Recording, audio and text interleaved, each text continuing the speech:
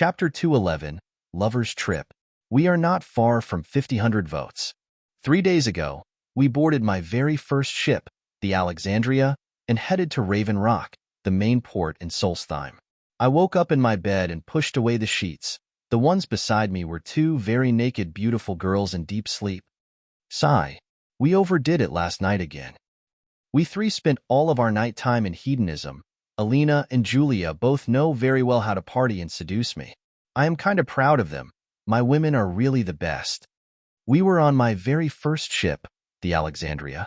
As one of the smallest ships in the company, she was put away from service as we got our 10th ship, but I wasn't really satisfied with that. This ship held great meaning to me as it was the very first property I owned after all. So, in order to not make this ship go out of service, I built a warehouse on the Chill Isle and made a workshop to build and develop ships for the company there.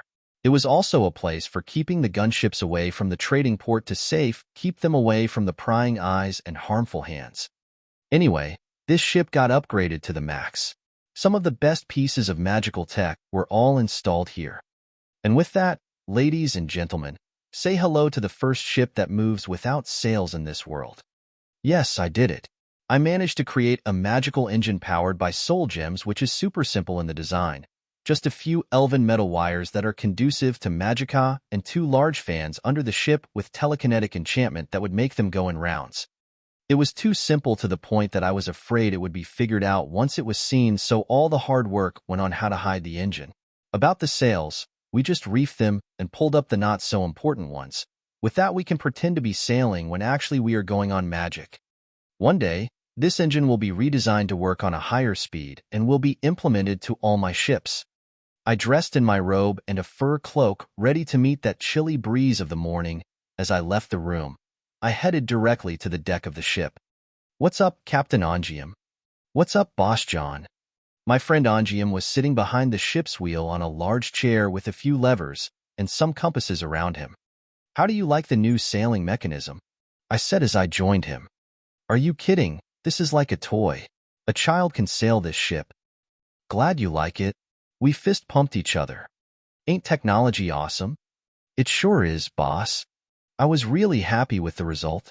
This baby ship was like most advanced pieces of modern tech pumped up together and made a large piece of awesome. "It is a shame this ship has no magic cannons," Angium said. "Shut up. This ship consumes 250 MP per kilometer. One shot of the cannon can consume the same amount. I had to charge the Black Star and some other black soul gems during the fight with those Thalmor to get us this energy we are working with." "Well, I am not a mage, but I think you are doing a great job, boss. This ship can comfortably sail with only 2 or 3 people." "I know. Still, we need to solve the energy problem. Having such a resource like the magicka all around us and not employing it is sheer stupidity of this world. If the Dwemer were to stay until this age, I'm not sure what cool toys they would have invented." Sigh. "How disappointing. I am going to pretend I know how you feel and offer you some mead." "No thanks. I had my fill last night." "Oh, it was really noisy in your cabin." "What?" "I thought I activated the muffling rune. I mean the movement and all. You know we can tell." "Oh, don't worry about it. Wulfur and Bjorna, me and Jvenka. The ship took a lot of shaking last night." "I see. Wait. Jvenka? Jonald's daughter?" "Yeah, we're together. That's why she retired and didn't get employed in another place." "Man, good catch." We fist-pumped again. It seems this trip is only for couples. "Where is Wolf?" "Engine room."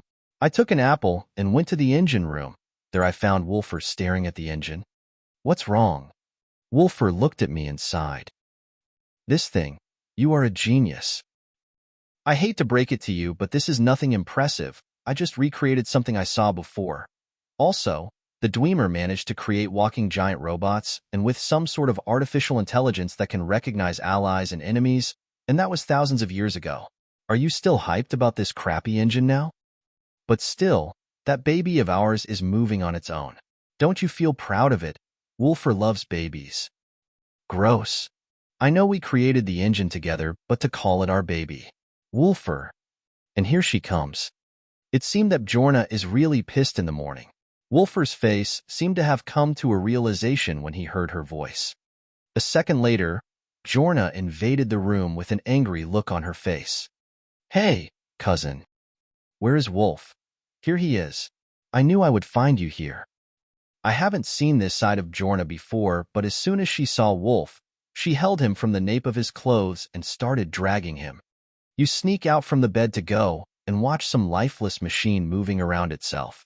You won't hear the end of this. But those things roll, babe, they rule. I could hear their argument across the ship. Wulfur is obsessed with magical tech, just like me. Actually, I am the reason he is obsessed with it that much. Unlike Alina or Joel who love combat, Wulfur is my chief engineer who understands me the best when I go on some research that is related to machinery. Anyway, best of luck with that angry Bjorna. I closed the engine room's door and sat opposite to the machine collecting notes about how to improve it in the future. After an hour or so, I gathered my notes and went back to the deck. There, I could see Wulfur and Bjorna sitting beside each other. He was patting her back and she was smiling. It seems that an airhead like him can take care of these matters too. I winked for him and returned to my cabin. There, my two beautiful ladies were still lazing around in bed. Alina was having a soft blindfold around her eyes to not accidentally harm Joel, and Joel was sleeping on Alina. Why do I feel so turned on? I asked Alina, who seemed to be fully awake. She smiled and kept stroking Joel's hair. I woke up to the voice of Bjorna. Wulf did it again? Yep, Wulf is being Wulf. Sigh. I heard he used to be a quiet and shy lad until he met you. You used to be a quiet and good girl until you met me, I said, and pointed to the muffling runes around the room. Alina forgets the world when we play together. Huh, how can I argue with that? To Alina's sudden laugh, Joel woke up. She moved up from Alina and opened her eyes. First thing to see in the morning is Alina's boobs. Yep, that's a good day, she said with a blissful face. Happy that you are happy. Now get up. Alina pushed Joel away and sat up. I handed them a plate of bread and cheese with some juice and sat between them. So, when will we reach Raven Rock? Joel asked. A day or two. Damn, it should have taken 2 weeks with a normal ship. Alina exclaimed. And now we're doing it in 5 days. Okay, you're awesome. Everyone knows that, she said, mocking my proud reply. Still, how is that trip going to increase our power? Now that you mention it, I would like to say that Solstheim is full of treasures, resources, and dangers. Our group will start a massive excavation in the island. The most important thing is to make ties with the Dumbair population in Raven Rock and build a trading post for our company there. It is all fine, but we never set foot in Raven Rock before. How do you know if they would accept our help?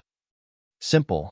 I have acquired some intel about Raven Rock and their economic problems, so there will be no short on how we assist them. Remember, the most important thing about doing business with complete strangers: solve their problems. The two girls said in unison. I am glad that you are fast learners.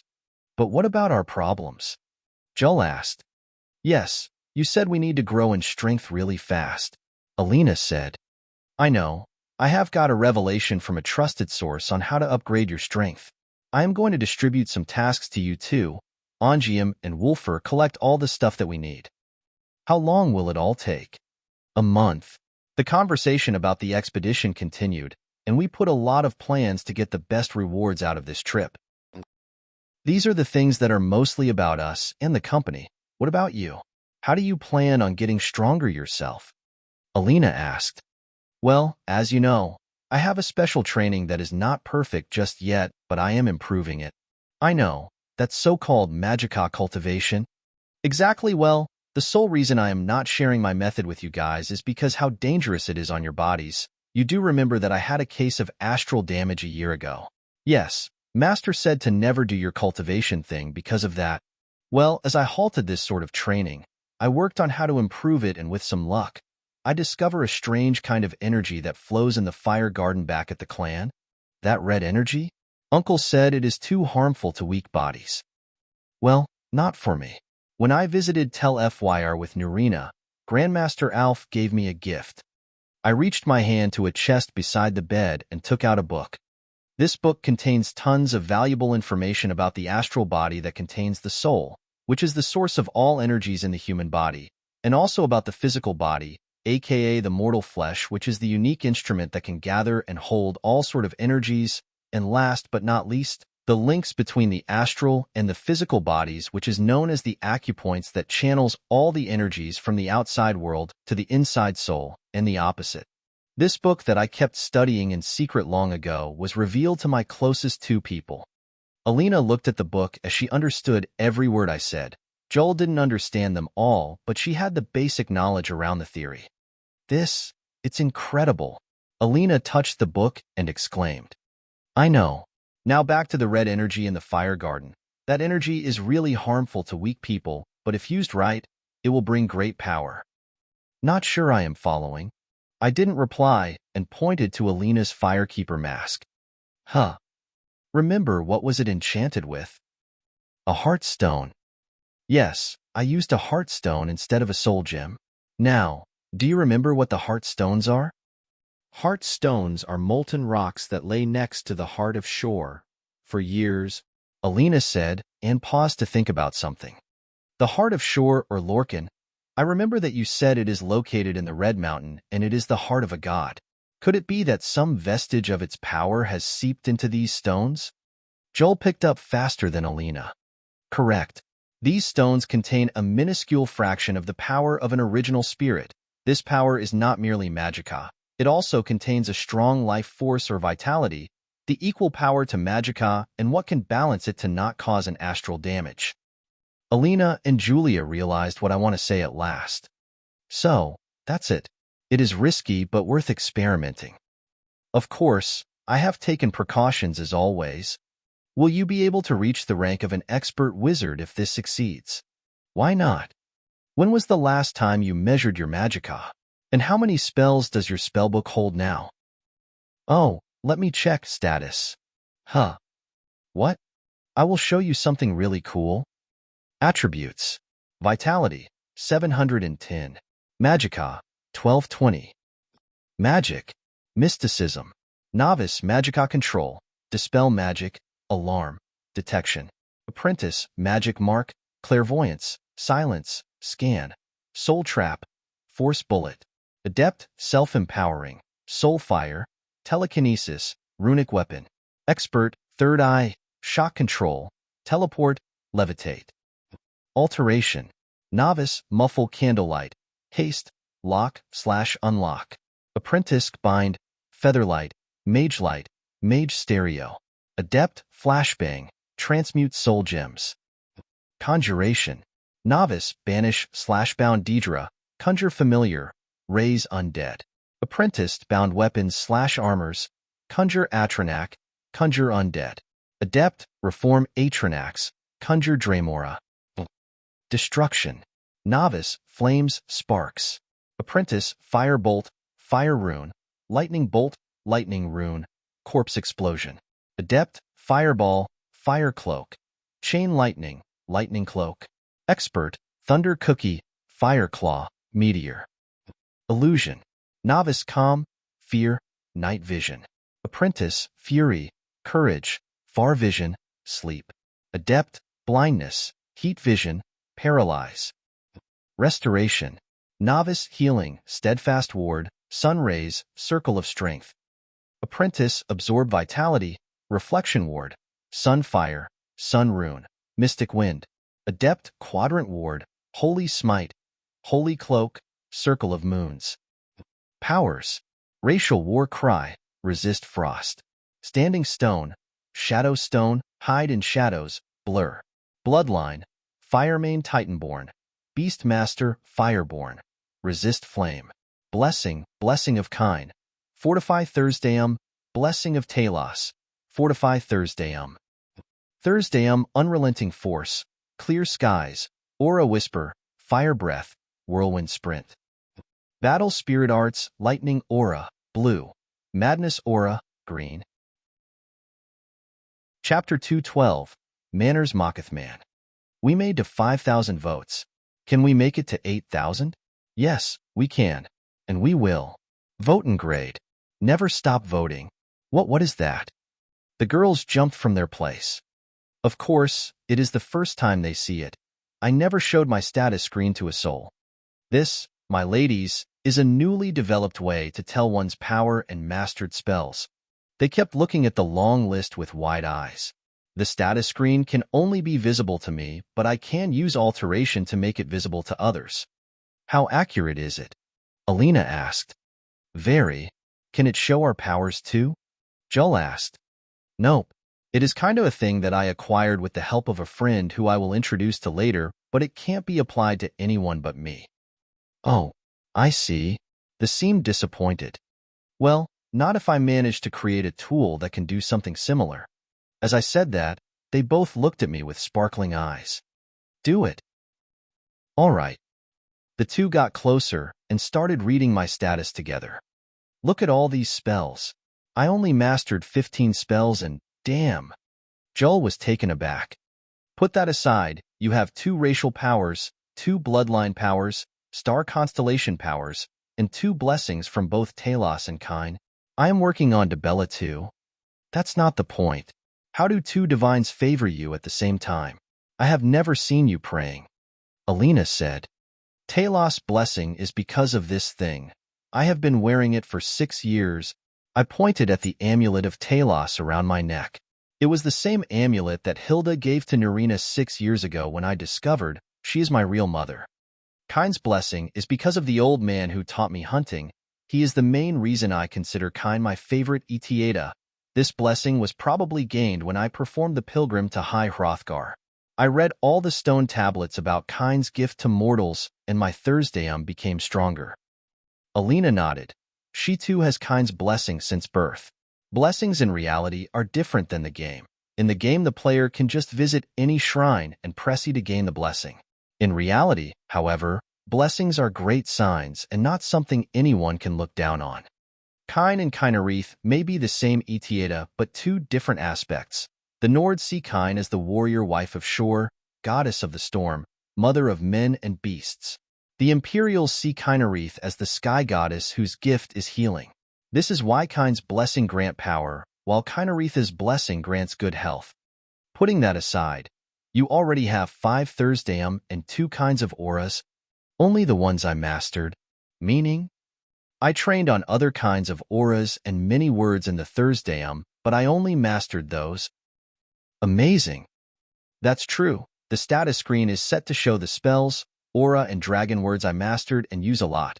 If I set it to show everything else, then we are having a long list of incomplete shouts, the auras I don't use, and the spells under research. I'm not sure about the number up there, but I assume that the Magicka number works the same way as the Magicameter. Correct? Damn. You have more than 1,200 Magicka? This is insane. Last time I checked myself, I had around 400. Alina said. I have around 200. Joel said. If we combine ourselves together, we will barely reach half what he has. Alina said. This is crazy. Joel replied. They both looked at me as if I am some sort of a freak. Now you understand how cool the cultivation is? I said. Wait, that is because of the cultivation? I nodded. My technique is not refined at all. It has a lot of flaws and it harmed me badly. As far as I know, I am the only person in the world who uses Magicka that way, but there were studies on the acupoints before, so it meant that there is knowledge that can improve my technique. With this book in my hands, I am going to create the best cultivation method that will not harm the user. What pros and cons does that cultivation have? For the pros, it can increase your power and enlarge your Magicka pool. Improve your Magicka's quality as you can spend less Magicka to make better results. It can also extend your life. For the cons, I would say it is a very unusual path to follow, so all I know is that it may harm the astral body. There also may be something more dangerous, but I didn't come across anything of the sort yet. Regarding the cons, you already solved the known problem, but if it can really extend one's life, how did you find about that from the start? You are the same age as us? Well, as you may know, High Elves possess the largest Magicka pool of all races. Also, they live longer than any other race. While human mages rely on enchanting and potions to increase their Magicka pool for a temporary period, they don't actually possess that much inner Magicka. One last thing was the people of our clans. Both the Firemans and the Moonblades possess non-human ancestry that they kept for ages, which resulted that they are all born with more magicka and longer lifespans. I came to the realization that inner magicka is the key to live as long as elves. Take Old Man Tolfdir, for example. The last thing I figured out was that he is more than 300 years old and his inner magicka is as much as mine. Of course, he is an inborn talent, but I can pretty much live as long as him by cultivating. Live as long as Tolfdir? Alina and Joel jumped. Tolfdir's age is one of the 7 wonders of our college. He is very old and everyone is trying to figure out his age. He is a known figure across Tamriel and his life experience and knowledge is at the realm of an archwizard, but he is rather a peaceful person who doesn't pursue strength. Well, I am planning to live longer than Tolfdir anyway, which means I am not going to live that long life without my 2 beautiful girls at my side. You two will learn how to cultivate when it is safe enough. I held the 2 naked girls and hugged them left and right. Yes, I am a greedy person and I plan on spending the eternity with these 2 babes. After a lot of sweet words exchanged between the 3 of us, the 2 girls didn't spare me in the night and had a few rounds of lovemaking each. Their vitality was so strong that they really lasted better than before. Since the time we 3 started living together, there was never a dull moment. Going together on a ship and spending our lives together like that would be my dream retirement plan, but retiring is not the word we are after now. What we are after is work, and a lot of hard work too. This morning, our ship arrived at the port of Raven Rock and Ongium took a boat to request entry to the port. But we were denied. That's one way to get on the wrong foot with Raven Rock. What is the reason? I asked. They refused to let us to the port because of the number of the troops we have. Ongium said. I looked around and understood the situation. I see. We may have brought too many troops. We have around 40 troopers and 10 mages, let alone the ship's crew. They were all armed and equipped. They said we can enter Raven Rock with only 2 boats, even if they were all men. Haha, I see. Raven Rock's governor seems to not want any trouble around his town. Bringing too many men into the town is not good news. 2 boats of men mean we either sacrifice the luggage we can transport by boats, or we send a decent number of people with their luggage on. Still, that was no problem for me. Before we take the boats, did you find a port? Yes, to the east outside Raven Rock, there is a platform for ships. We will drop anchor there. Good, gather enough supplies for me, my family, Wulfur, Bjorna, and 10 troopers. That much? Just do it. Ongium nodded and turned to the crew. You heard the boss. Do what he said. In around 5 minutes, everything was ready in front of me. I aimed my fist forward and all those things got sucked into the Haven ring. The men opened their eyes wide, but they didn't figure out what happened. It is magic, something not any mage can cast. I explained. The men started making understanding remarks with their faces. Anything I come up with and call it magic is believable for them. Okay. To the boats. Ongium, take the ship and wait for us outside the town. I will send you your assignments later. Understood, boss. The 2 groups got separated on the ship and the boats, and we started rowing to Raven Rock town. The air was ashen brown and its smell was that of a burned wood. It was a bit suffocating, but we covered our faces with normal covers. These were the ashes of the Red Mountain, the largest volcano in the continent. I kept looking at the east, gazing at that large mountain where a thick pillar of ash rose to the sky. Vardenfell could be seen all the way from here. It was large enough to be considered an independent country on its own, the home of the Dark Elves. In front of me, however, was Raven Rock, a colony built by the East Empire Company on the southern coast of Solstheim back in 427. Once a mining outpost, it is now Dark Elf Colony. A far cry from the prosperous mining town of the past, Raven Rock has become a mostly forgotten settlement due to the mines drying up and due to the waters being polluted from the ash coming out of the Red Mountain. The town has become something similar to Winterhold from 2 years ago, with fewer ruins and very few trading ships coming by to sell their supplies. Also, after the mass Dunmer migration in the early 4th era, it has taken on a heavy Dunmer influence in its governing and culture. House Reduran is an established presence, and their banners adorn the walls outside the town. As the boats approached the port, we saw the ashen walls that surrounded the town. The place seemed desolate and otherworldly in the first look, but I felt that I really was happy being here. Joel, we are outside the Empire in Skyrim. Solstheim is Morrowind land. I held Joel's hand, who was beside me. She smiled with one side and shook her head. It's alien to me. I have never seen such a strange land in my life. Skyrim is all I know. Of course that would be her reply. Stupid me. Well, we can sightsee for a while before we start our important business, Alina said with a cheerful tone. We will. She was on my other side and looked really beautiful. Human, I hate this. Nefertiti, however, was super annoyed. I forced her to be in her human form and to wear human clothes. In addition to the alien land we are entering, she was clearly out of her comfort zone. Don't worry about it and stop calling me Human. You will be Alina's sister, and you will call me John from now on, understood? She didn't reply and looked away. Okay, time to use it. I took off the Haven ring from my hands and transformed it into a cube, then into an amulet. Here, can you keep this for me? I put the Haven amulet around her neck. Nefertiti's eyes widened and kept looking at the amulet while holding it in her tiny hands. She then looked at me with innocent expressions and nodded. One thing I discovered about Nefertiti is how much she likes to keep stuff. You can give her anything to keep, and she will love you for life. I am not sure where is this coming from, but she would treasure any responsibility I give her, which is not a cat thing at all. Still, I am glad she feels happy about it. Now, we four were looking cool in our super expensive clothes. Alina, Jelinar, and Nefertiti wore custom dresses from Solitude and looked as beautiful as ever. Alina had a red dress and Joel had a blue one. Both were made in the Cyrodiilic style. Nefertiti had a custom black dress which fit her perfectly. I also wore a very expensive mage robe that gave off my title as an official mage from the College of Winterhold and had a big cloak over it. House Dare rules. As soon as we landed on the wooden dock, a dark elf man with an arrogant face and expensive clothes that reflected his age and status came towards us with some armored guards behind him. I don't recognize you, so I'll assume this is your first visit to Raven Rock, Outlander. State your intentions. Well, nobles. My name is John Dare, Chief Executive Officer of the Dare Dragon Trading Company in Winterhold as well as its Thane.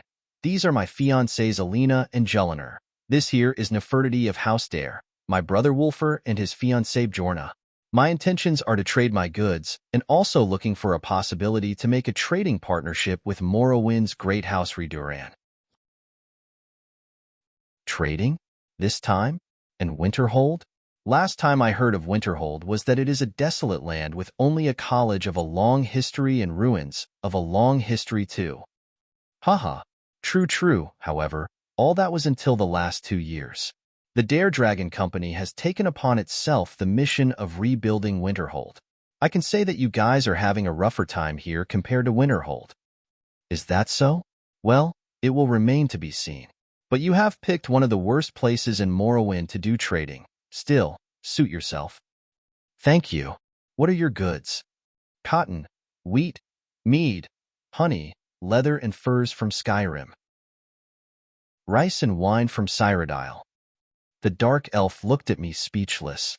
My company is that rich, and we kept a lot of good relations with the traders in Windhelm, Solitude, and Dawnstar. Actually, we are filthy rich compared to Raven Rock's government. Ahem, Sir John. Is that how you are called? It is, Sir John. As the second counselor of Raven Rock, I, Adril Arano, welcome you, sir, to Raven Rock. That's one big change of attitude. Thank you, second counselor. Raven Rock has a lot to offer, from gemstones to different kinds of ores and alchemy ingredients that an esteemed mage such as yourself would be interested in. Please, this way. Unlike my wild attitude in Winterhold, I used manners and money to wow the second head of Raven Rock. After all, money makes the man, as well as good clothes, beautiful women, and a lot of armored men in the background. But the most important thing is manners. Manners Maketh man, bitches. Chapter 213. Into Raven Rock. We were led inside the town by the second counselor after we landed in the dock. Without turning around, we crossed the road under the watch of Raven Rock guards and climbed a long stairway on the other side of the road, then were in front of the entrance of Raven Rock's temple. The architecture was unique and like nothing I have ever seen before. Most of the buildings looked similar to large beetles, but to my knowledge, they were larger from the inside as the larger part of the building was actually dug in the ground. Please, this way. A Drillorano led us to the side where there was a large round table under a shed with some seats. Before we start making business, I need to remind you that Raven Rock is sovereign territory of House Redoran. This is Morrowind, not Skyrim. While you're here, you will be expected to abide by our laws. Crystal clear. We sat under the shed on the platform that overlooked all the town. How do you find Raven Rock? Interesting. A lot of ash, though. There were indeed mounds and mounds of ash everywhere. It was all swooped away, but its smell was everywhere. I am afraid that other than Raven Rock, Solstheim is a big pile of ash. Other than its town, Winterhold is a big pile of snow. Haha, then let's drink to that. A Drillorano picked up a strange container and poured its content in 2 goblets, then offered me one. A servant poured for the rest of my family. Also, my guards were on the standby outside the building. In case if you were wondering, that is Sujamma, a liqueur only Dunmer can brew. Yes, I am very familiar with it. I received the goblet and thanked him. Nords drink Sujamma these days? Nope, it is my adoptive mother who drinks it. Sujamma, Matza, Shine and Flynn. I grew up between these things. These were all dark elven liqueurs. That's strange. You adoptive mother, is she a Dunmer? Yes, she raised me in Riften before we moved to Winterhold. And you became a businessman right away? No, took me quite a while. This is my first attempt to venture with my company outside Skyrim. Raven Rock may not look appealing to many, but I have a good feeling about it. I hope your feelings are true. I really hope. A Drillorano seemed down. I know from the game that he is a stern but a good person. His job is making his life and marriage harder because of all the difficulties in Raven Rock, and here where my company comes in to solve problems and gain partnership.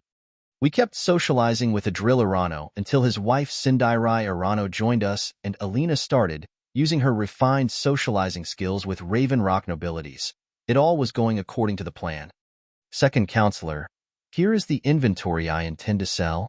He kept looking at my inventory of goods and kept smiling. The problem in Raven Rock was obvious. They were short on money and had only 2 sources of goods, the East Empire Company and Morrowind's mainland. I simply brought then enough food to last the town for a month with a very fair price too. We will secure the road from here to the secondary dock and send a few guards and servants to pick the goods, Sir John. Thank you very much. He offered his hand for a shake and then handed me an official note with the prices agreed on. This trade earned me almost 6,000 gold coins. Raven Rock can't pay me back in coins for sure, which means I have to take a lot of goods on the way back too. Well, this is my goal from the beginning. The Dunmer population in Winterhold is growing steadily, and it would be nice to have some goods from their homeland. The demand for them will be epic. I heard you were having safety issues outside the walls of Raven Rock. This isn't exactly the city of Blacklight. We're on the frontier out here, and we've had more than a fair share of troubles. After all, we've been through together. I refuse to let Counselor Morvain down. Counselor Morvain is the head of Raven Rock. You must be pretty close to him. I've known the counselor since we were both quite young. We rose the ranks in House Redoran together. When word arrived in Blacklight that the counselor's father had passed, I was asked to sail to Raven Rock with him as his second. We fought quite a few battles together and saved each other's lives on more than one occasion. Our bond is our strength. Sounds just like me and Wulfur. What is Blacklight? Wulfur asked.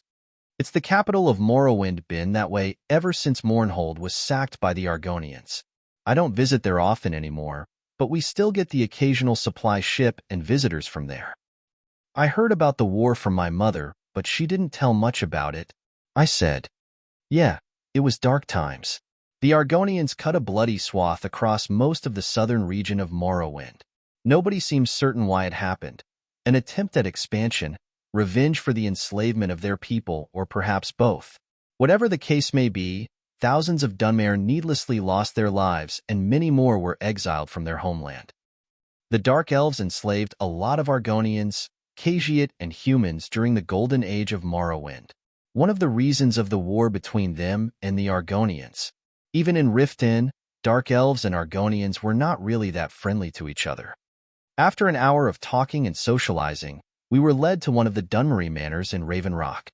This is an unoccupied place but has all its furniture and got just cleaned. Please, make sure to enjoy your stay. Thank you, second counselor. Will there be any problems if I and my family decided to go and hunt outside the town? I see that you have brought many guards with you, but please consider that our land is different from Skyrim.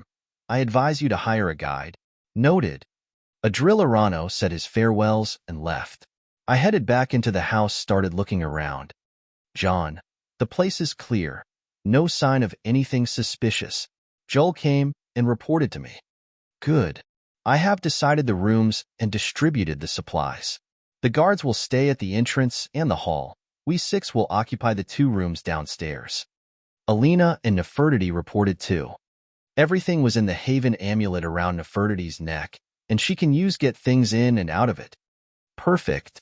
After we settled down for a few minutes, I held a meeting with Alina, Jullinar, Nefertiti, Wulfur, and Bjorna. This is a map to Solstheim. These red areas are old Nordic barrows with high importance. This place is Raven Rock Mine, which is a very important area of interest. The enemies in this land are mostly ash creatures like the ash spawns and the ash hoppers. We need to take everything step by step to put Raven Rock back on the map without alerting the East Empire Company. Why is that?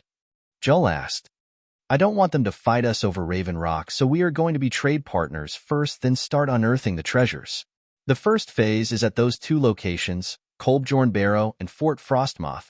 The old barrow will be our first treasure excavation site, and the fort is for reducing the threat of the ash spawns. Actually taking over the fort will solve some of Raven Rock's security problems and will make us trustworthy enough to establish a trading post. Sendai Arano told me she will help us get a pass to port the ship in the docks. Should I? Alina said. Refuse the request politely. We don't want to burn our connection for something worthless. Outside the town is much better. We can transfer our discoveries to the ship without worrying about the town guards. I will keep the valuables in the Haven Cube, but the rest will be put in the ship. All right. Wolf, you will go and tell Angium to take the men and patrol the lands around their dock. We want the troopers to face the ash spawns and the other ash creatures.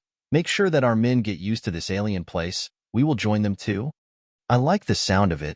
There is that thing about a hidden clan here in Solstheim, Bjorna said. Here. I was taken aback. Yes, they are called the Skaal. Alina confirmed. Wait a minute. The Skaal are a hidden clan? Both nodded at me as if it is something natural. Strange. The Skaal appeared in the game. I thought no hidden clan ever appeared in the game, and now they are telling me the Skaal are a hidden clan. Actually, it makes sense. The hidden clans are Nords. Check. Have their unique tradition and ancestry. Check. Worship old Nordic gods. Check. The Skaal has the same rules that apply on the hidden clans. The Skaal are an offshoot tribe of Nords living in a village in northeastern Solstheim. They are known as a trusting and hospitable people, welcoming strangers into their village without any suspicion. The Skaal are descended from the Nords who served the dragon cult on Solstheim and built tombs to honor the dragon priests who ruled over them. They get all that they need from the land around them and do not often accept coin and trade from travelers. How is the relationship between our clans and the Skaal? I asked. Really friendly. Just tell them you are a Firemane or a Moonblade, and they will sink you with hospitality, Alina said. Let's visit them too. Chapter 214. Wulfur loves forks. Thanks for Tako Lord on. He gifted an ebony armor. Also, chapter is unedited for now. Just don't forget to vote and comment and rate and review and everything that makes me happy. Enjoy it, mortals. We decided our first phase of making bonds with Raven Rock, but we were really tired to the point that we decided to laze around during the first day in the town. I took a bed and surrendered myself to sleep for a few hours. When I woke up, I was told that the girls went out to the market. It was only me and Wulfur and some guards in the house now. Wulfur was setting in the hole, polishing his oversized hammer and armor.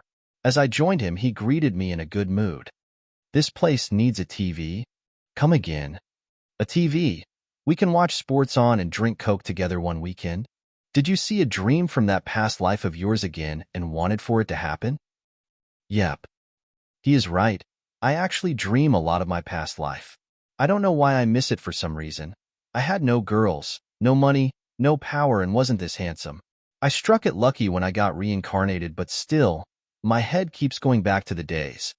I guess I missed having no responsibilities. Okay, let's go, I said. Where to? To visit a friend. The girls were out, so we can have some boys' time together. We headed out in Raven Rock Town. The sun was setting, but the place was crowded. People were coming and going all over the place. When I say people, I meant dark elves. They are everywhere. Wulfur and I stood out with our appearance and Nordic clothing style. Where are we heading? The market. Don't you want to see what kind of goods they sell and don't sell here? Technically, that's your job. Ma, just come with me. There were really a lot of things we saw for the first time in this place. Something like the ash yam, a tough and tuberous root that is widely used in Morrowind. After checking its inside closely, I decided that it can be considered a variation of the normal yams and sweet potatoes. There were also ash hopper meat. The ash hopper is a large insect that looks identical to the grasshoppers, except they are wild and dangerous for common people. Their bodies are so tough to the point that their remains can be made into a chitin plates for creating armors. They can also be eaten like grasshoppers, except they are much larger, which make the process easier. There were also a lot of ingredients and gems that Solstheim was really famed with. What they all have in common was their source, which is the Red Mountain and its constant eruptions. It made the land of Solstheim made of volcanic ash, which is harmful and killed all the regular wildlife 200 years ago, but it gave a chance for these ingredients and mutated wildlife to grow in the southern half Solstheim. I said the southern half because the northern is a highland and kept the area behind it mostly intact.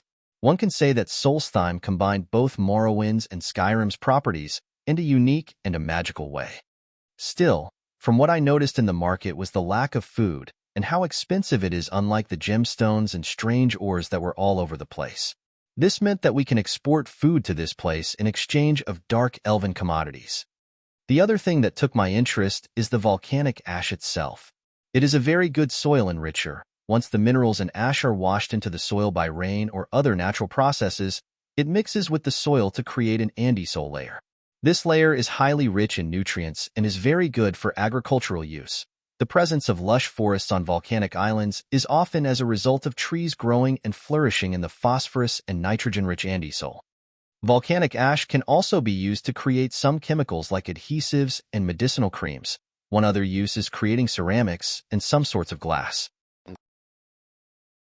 Still, the most common use in the Dunmery lands and in Raven Rock, to be exact, is the Roman concrete, a material used in construction during the late Roman Republic, which is really durable and hardy. Its incorporation of volcanic ash prevented cracks from spreading. This sort of concrete could be seen all around Raven Rock actually. Those beetle-like buildings are all made of concrete, and the famous wall around Raven Rock, which is called the Bulwark, an astonishing wall built with concrete blocks as a response to the relentless ash storms from the ever-erupting Red Mountain. The storms would leave behind deep dunes of ash that made life exceedingly difficult in Raven Rock. I decided to export a few sacks of the volcanic ash to analyze and create a better version of concrete that can be used in Winterhold. I am sure Master Alchemist Nerelian would be delighted with the idea, especially with the plan I have to rebuild some other parts in Winterhold. After luring Wulfur around with all the scientific talk about this and that, we arrived to where I planned to go from the start. Look who's there. It's old Glover. Who are? Wulfur. John. I stopped in front of Raven Rock's smithy shop, the place where I expected to find an old friend. Glover Mallory. Wulfur recognized Glover right away. Glover Mallory is Delvin's brother, a man I knew since my time in Rift Inn, a member of the guild and a good friend too. How can that be? Why did you get this tall? Glover, who was in his blacksmith gear while holding a hammer in his hand, threw what he was holding away and looked at me as if he saw a freak. Long story short, I got more awesome. No, you are the same stinking John. Ignore him. It's nice to see you, old man. How come you are here? Wulfur pushed me aside and talked to Glover. Wulfur and Glover have a good relationship, so I was pushed aside right away. Long story. It is really nice to see you, boys. What brings you to Raven Rock? Trading. Trading? Yeah, our company is making business around Raven Rock now. Company? Business? I heard a rumor about some ship arriving from Skyrim. Can it be? A long story. Show us the mead and I'll tell you everything. Wulfur said in a cheerful tone. Fine, let me clean up and I'll come with you right away. Glover closed his shop and put away his tools before coming and leading us to the largest tavern in Raven Rock, the Retching Netch Corner Club. As we sat in a table and ordered some ash fire mead, we started our reunion conversation. Glover arrived to Raven Rock a year and a half ago after he left Riften because of some personal reasons. He is a member of the Thieves' Guild, but he chose to live a regular life as a blacksmith. His specialty was the bone mold armor, a kind of armor very popular in Morrowind that is created how its name suggests. A lot of bone meal and adhesive materials to mold the bone powder together and create light and durable plates of bone. We told him what happened in Winterhold and what we were up to. Wulfur tried to invite him to join us in Winterhold, but as expected, he didn't want to come to Skyrim again. But to think you managed to become a thane and wealthy businessman in 2 years after leaving that sorry excuse of a city, you really hit it, lucky boy. No matter what words you say, you can't begin to describe how awesome I am. Haha, after all that time, you are the same fool you used to be. I shrugged my shoulders and arms with a proud face confirming his claims. So, what brings you to Raven Rock for Real? You wouldn't come all this way to sell food to some poor dark elves. I looked at Wulfur and exchanged a nod. We are mainly after ore and minerals. One is a bit rare and hard to come by. I am listening. Stalrim. Glover raised his brows and nodded. He then sipped some mead and looked at me. You are serious about it? As serious as a heart attack? Do you even know where to find it, how to mine it, and how to forge it? Glover asked with a sly smile. He seemed to want a cut of whatever we are after. I was hoping a certain old friend can help us. If not, we can go ask around the Nords in the Northern Highlands. Well, you know your way around Solstheim already. Tell you what, I provide Wulfur here with a way to do so, and you give me a little share. Deal? Deal. Glover smiled and shook his head as he couldn't take advantage of me. We are friends, but the relationship about the Thieves' Guild members is this complicated. There is no shame in fooling one another. It can be considered our way to have fun, but the word deal means deal. First, you guys need a special pickaxe. I am talking about a Nordic pickaxe enchanted with old magic. This one work. Wulfur took his personal pickaxe from his side and showed it to Glover. It is the notched pickaxe, the one I picked up to Wulfur from the throat of the world when I visited Parthernax. The notched pickaxe in the novel is not a regular one like the game. It's an overpowered ancient Nordic one because it is legendary. Oh, would look at that. Where did you get this beauty from? Found it next to a dragon lair. I said. Dragons again? You never grow up? I shook my head. Sigh. This one will work well, but you need more if you want to mine a lot of Stalrim.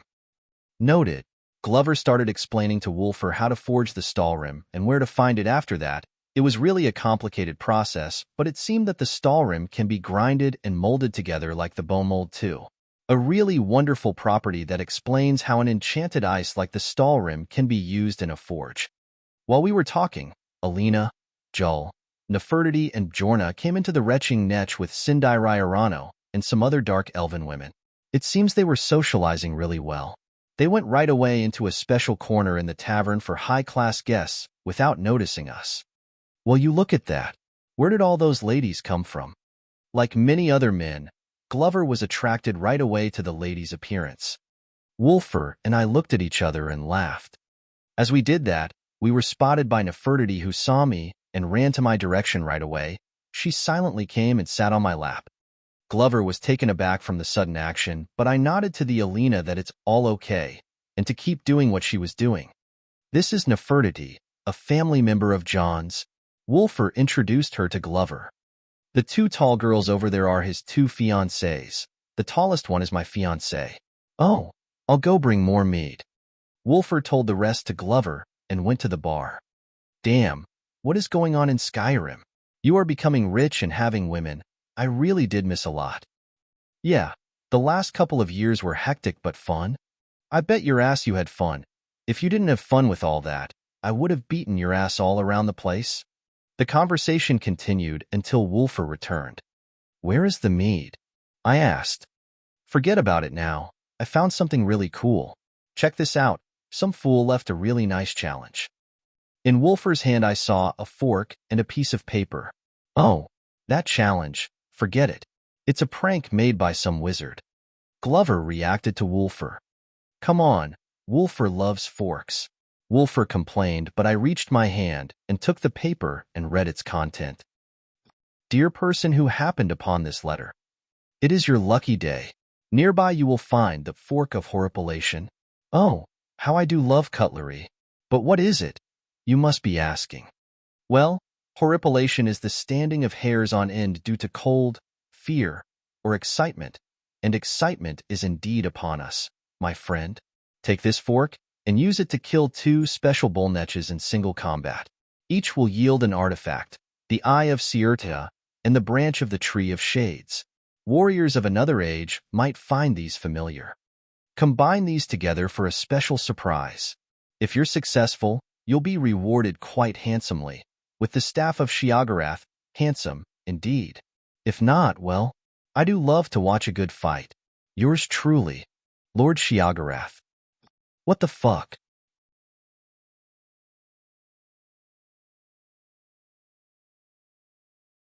In my opinion, they are unknowable because I am sure that Shiagarath himself is not sure about his motives. He is just a hot mess of a Daedric prince with a lot of power and a ton of time to waste. Dealing with Shiagarath is dangerous. I would prefer to avoid him as much as possible because one minute he loves you as fuck and the other he is forcing you to make the choice of your life. Shiagarath once tricked Archmage Shaladar, the one who founded Winterhold's College and the city. Shaladar once built a safe haven on an island to all mages, but Shiagarath tricked him with a knowledge that is incomprehensible and traded it with the island, which was Shaladar's greatest regret and what led him to lose everything. It was later recovered by the help of a senpai hero of mine called the Soulless One, ESO player character, but that is a story I am not really familiar with. All in all, dealing with Shiagarath is dangerous, but the reward is really appealing this time. According to the notes I have, this bet with Shiagarath is not direct and not really harmful, and the staff itself is powerful. I opened the door of the room and asked Wulfur to come in. What is with you? You just went in and... It is Shiagarath. The challenge is real, not some prank. Whoa. Wulfur's face turned pale. Are you sure? Yes. Wulfur had an unpleasant experience with the Daedric princes from the time he got trapped in Quagmire, so he wouldn't be really reacting well to this. He looked at the fork and seemed like a guy who was turned off from a naked girl. This fork is called the Fork of Horripilation. It is a cursed artifact created by the Daedric prince Shiagarath. Really? Yes, he really loves it and refers to it affectionately as Forky. Even though in appearance and in function it is just a mundane iron fork, legends say that in the hands of the right people, this fork can be a deadly weapon because of a mysterious enchantment on it. Shiagarath is fond of forcing mortals to use it as a weapon and doing challenges with it, kind of thing for his amusement. I see. What does horripilation mean, by the way? It is the erection of hairs on the skin due to cold, fear, or excitement. But the reason why the fork is called with that name is unknown. So, is using it safe? I guess it is as long as you only use it as a weapon and don't infuse any magicka into it. It is pretty much just a fork. Wulfur started thinking in hesitation. He was really excited about the challenge, but it seemed he is now thinking about it. A fork for your thoughts. I put the fork in his hand and asked him. When I asked about the fork, they told me that some people tried to do the challenge before but mostly failed and some were injured. In all cases, the fork magically returned to its place with the note and all. He said, Natural. People think that a master wizard called Nelith who lives in the east of Solstheim is the one who made that prank. Nelith? I know him. Believe me, he is bored enough to do something like that, but that is not him. This is Shiagarath himself. Wulfur started thinking again, then finally gave up to the temptation. Damn it. I want to do this so bad, but I am afraid. John, what do you think? I think you shouldn't tell Bjorna if you are going to do it. Actually, the reward is a magical staff, so don't think too much of it. I don't want the staff. I want the fork. Oh, I see. Fine. If you do the challenge, I will come with you and the staff will be mine. Okay. We shouldn't tell the girls. Sure. And we should get dead drunk, Wulfur said and turned around. I knew you were my best friend for a very good reason. At that time, we headed out to do something really foolish. Chapter 216, Put a Fork in It, 1. Drunk. It is like this from now on, guys. Extra chapter means 5,000 votes. Vote. Vote. Vote. Two large humanoid shades were walking beside the southern beach of Solstheim. They were both staggering and singing with strange tones. Oh, there once was a fellow called Ragnar, the Red, who came crawling from. He was riding, bro. He was riding. Oh, yes. He was riding from. Where did he come from again? Don't know. Where are we again? Not sure. Never mind. Keep singing. Wah. But I don't know where we are. I don't know where Ragnar came from, and who is Ragnar? I don't know. Fine. Let's do it again. We are two adult men doing adult business in the middle of nowhere. No, that sounds wrong. We are two adult men doing non-adult business. Okay, I give up. You can sing. Wulfur started a sentence, but he didn't know where it will lead him, so he preferred to shut up. Finally, give me the mic. I don't have that. Okay, I'll sing to this. John took out the skull of corruption and aimed its head towards his mouth. Warning. The following is inspired by Skyrim misheard lyrics. It will change the way you sing Skyrim's main song forever. Play this https://u2b/csbcagrilji t equals 24 to understand what have I done, and read the next part like Skyrim's song. Leia, la Leia, Leia, gotta pee, we'll rock this party. For the night, for the food, for we are not drunk. Has Alina found out? We are not in our beds? Not me, or the peeps, or the guards will cry. Musical rumbling. Use a fork. Thank the Lord.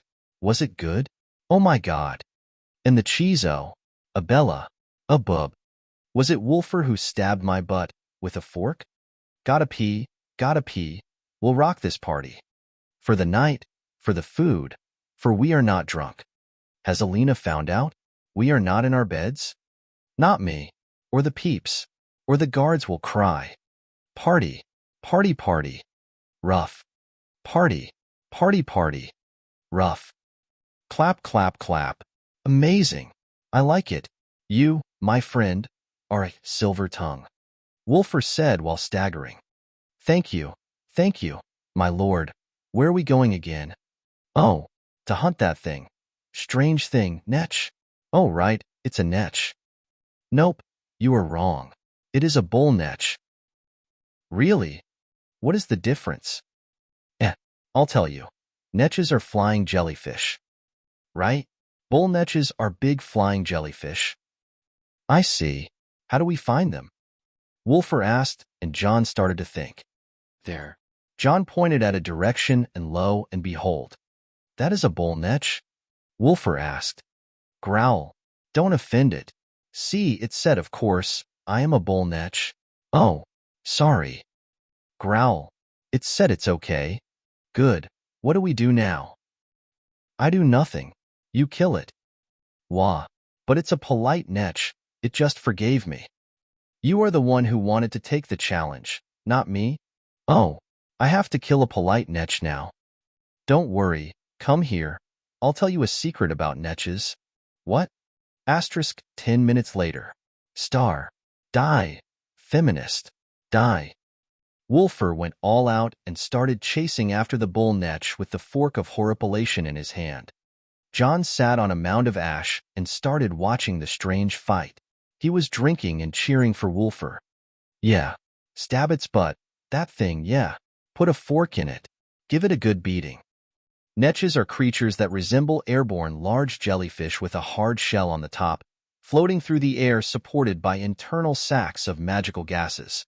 Although male bull netch are larger than the females and possess the ability to defend against the aggressors, females usually keep a harem of several bulls and rule the herd during breeding seasons. Netches are often domesticated in Morrowind, mainly due to their hides making good quality leather, although the skin contains a toxin that renders the meat inedible. Wulfur was fighting one of those bull netches fueled by the words John told him. He was on a holy endeavor to rid the words of the feminists. He was holding one of the netch's tentacles and stabbing its organs with the fork. The fork was pretty much just a fork, and the netch was a big animal, so it seemed to take a while. Wulfur managed to climb on the netch, and it started moving around wilding, trying to rid itself from the furious and relentless aggressors until Wulfur managed to stab a vital point with the fork. Finally then, the netch lost its power and fell on the ground. John, I did it. Haha, I slew the feminist. Call me Wulfur the feminist slayer. In front of Wulfur, the netch was on its shell upside down. Wulfur used the fork to open the netch's soft guts and put his arm in. The inside was like a jelly, but Wulfur finally managed to grab something round and pulled it out. In his hand, he found an eyeball. John, I found it. John, where are you? Wulfur started looking around and couldn't spot John anywhere. Pat, pat, pat. He then heard the sound of something hitting the ground beside his feet. He looked down there and saw an arm coming from under the netch's carcass. Oh, what are you doing down there? Wulfur pushed the netch aside, and it rolled away down the mound. John was found lying on the ground where the netch was. Look, John, I found the eyeball. John sat up as if he came from the dead with all the ash on him and looked at Wulfur's hand. Oh, the Eye of Sierda. That's one thing. He took it and started investigating. Wolf, yes. The eye, it is looking at us. Oh, that's right. Is it watching us? I don't know, but is scaring me. How did they get that eye out and kept it open in the first place? Good question. Maybe they took it while its owner was awake. Oh, must have hurt. Let's put it away now. John stored the Eye of Sierda in his ring and stood up. How to find the next netch then? Wulfur asked. We call for it. You know the netch's name? No. John and Wulfur paused to think for a while. Found it. John came up with an idea. I will say Marco, and when the netch hears us, it will say Polo. Why would the netch say that? Because we are looking for it. If someone is calling you Marco, you should say Polo. It's a common sense, bro. Wulfur didn't seem to understand John's flawless logic. Have it your way. Fine. Marco. And nothing replied. Wulfur looked at John expecting a new idea. Marco. Rumble rumble. Oh. John and Wulfur looked at each other with two idiotic smiles. Call for it with me. Fine. Marco. Marco. Rumble rumble. You hear that? Yes, it is working. But it is not exactly saying Polo. Don't mind it now. We found that slimy bastard. Where does its voice come from again? That way, I guess. John pointed to the south towards the sea. Will we swim? Rumble. No, it is getting louder. Call for it again. Marco. Marco. Marco. Rumble. All of a sudden, the southern sky above the red mountain was dyed in red with a thick pillar of smoke rising into the sky. A thundering rumble was heard and the wind started changing its direction. The red mountain was erupting once again. It was not something strange as it always does one time, every 1 or 2 months. John and Wulfur saw a small volcanic eruption for the first time of their lives and fell to their knees speechless. The Lord has spoken. They both shouted at the same time and spread their hands up, then starting bowing and rising towards the red mountain. All hail the Lord! All hail! All hail! In their state of drunkenness, John and Wulfur failed to notice the changes around them. Following each eruption from the red mountain, a strong ash storm is always expected. The wind started to howl in the night, and the ash started rising and moving by it.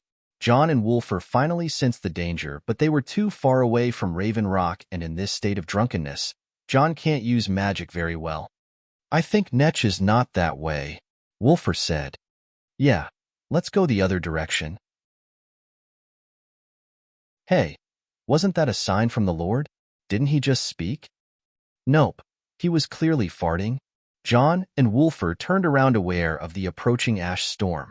They were clearly legless and staggering all around the place, but they tried to reach behind a large boulder. As they reached the boulder and shielded themselves with it, they discovered that the ash storm was harder to deal with than expected. The weather got worse by the minute, and the two drunken boys started feeling the impact of the weather. It was truly the worst time for anyone to get as drunk as they are. To make things worse, the volcanic gases seemed to have started reacting with the clouds in the sky. Lightning shone and thunder followed, announcing the start of a real storm. "Oh, John, I guess we should go back." "Go back? Are you crazy? There is no going back in the Book of Dare. John Dare never goes back." "It started raining." "Raining? Oh, man. That's acid raining. We should go back." "Didn't you just say there is no going back?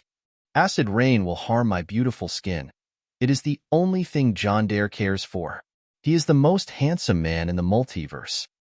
"Then do something." "Don't worry. I got us covered. Take us into the cube." "Cube? Are you crazy? John Dare never goes B." Yeah. Just do what you have to do. Watch and learn. Bro, watch and learn." John walked out of the cover of the boulder and faced the storm directly. If not for his large body, he would have got blown away. "Here I go. Lokvakor." In an ancient and strong voice, the Thursdayum of John Dare echoed far and wide through the storm. The voice was heard across the southern region of Solstheim loud and clear. With this mighty shout, the air started to slow down. The clouds started to dissipate. The ash in the air all came to a halt and receded back to the grounds. In a few seconds, the sky was as normal as it was before the storm, but the land was messed up. The previous features of the land were clearly not the same as it was. One more missing thing was John. Wulfur looked around and couldn't see any trace of John. "John, where are you? Where did he— Oh, I can do that. Marco." Wulfur started going around and shouting, "Marco! Marco! Polo!" Muffled voice. To that reply, Wulfur turned around and saw a strange tree.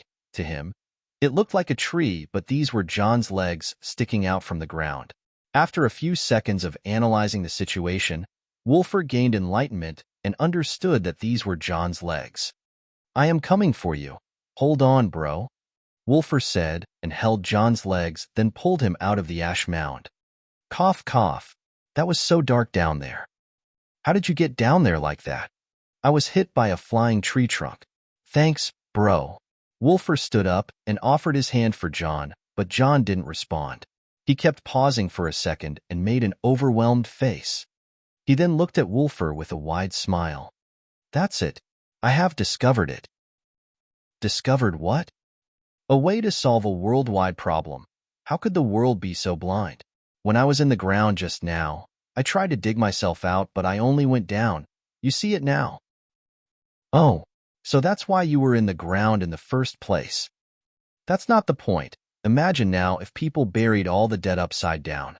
It means that the undead can never come back up again. They will only keep digging down." "Oh, that's genius, bro. We are geniuses. We are smart. Yeah.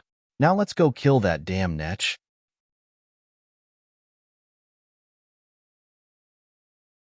Chapter 217. Put a fork in it, too. Found out. 5,000 vote. Extra will be yours. Sun shone upon to a sleep semi-naked duo. They were John and Wulfur. Not sure what was happening or where they are, John opened his eyes to see a few figures around him. Oh no. He sobered up immediately and slapped Wulfur beside him. Ouch. Hey, watch it. Oh no. Wulfur saw the figures around them and turned pale.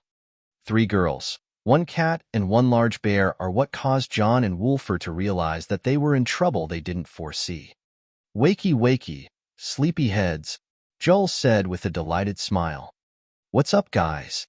John smiled, but he suddenly held his head. The hangover kicked hard once he tried to move and his vision blurred. Wulfur was no better. As soon as he stood up, he turned behind a small rock and started throwing up. You had a big party last night, boys. Care to explain? Bjorna asked. His idea. John pointed at Wulfur right away. Hey.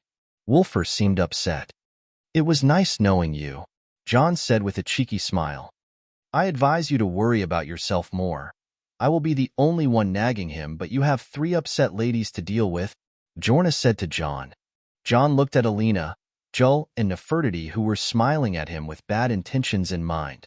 His face turned pale too. Okay, girls. We had our fun too. Let's not embarrass them more, Alina said as she gave up on messing around with John. Oh, come on. We can extort them for many things if we wanted to. Bjorna was turned down. Yes, Alina. You were too soft on them. Joel too. What are you talking about? John asked. The girls laughed as they remembered what happened last night till this morning. Let me ask you something first. What is the last thing both of you remember? Joel asked. John and Wulfur looked at each other. It was when John stopped the ash storm with his voice. Now that I think of it, it sounded really heroic. Wulfur said. Oh, I remember that after it we went to a pineapple-like rock and it found a hole under it, John said. Eh, what now? A fruit from Valenwood. Still, what exactly happened? Fine, I'll tell you. We two were sitting at the tavern and Alina noticed that you guys started drinking a lot. That's when we figured out you were up to no good. We decided to stay sober and keep an eye on what you guys will do, Joel said. After that, John started to hide a lot of liquor bottles in his ring, and you two went out staggering. We thought the night would be over, but all the fun was actually just getting started, Alina said. Wait. You all were there? From the beginning? Wulfur and John asked. The girls looked at each other and laughed so hard. It was so much fun that I will write a song about it one day, Bjorna said. Oh, man. We are ruined. Wulfur held his head with his hands. Keep talking what happened afterward. As you two staggered your way out of Raven Rock, you two kept walking towards the beach while singing weird songs. Got to admit, though, the songs were fun, Bjorna said. Oh, thank you. You two walked to a large netch and Wulfur started killing it with a fork. Crazy it sounds. It got killed and you got an eye out of it. It was then when the ash storm hit and Alina was planning to come and save your asses, but then John shouted a very marvelous shout that stopped the storm like a charm, Joel said. After the storm, you two started drinking more than delved deeper to the north. We didn't know what you were after, and Alina wanted to take you home, but you arrived at that weird-looking rock. The pineapple-like rock? Yes, that one. John was sure that there was an entrance to the inside of the rock, even though there was none. Once you two started looking around, you indeed found an entrance and crawled through it.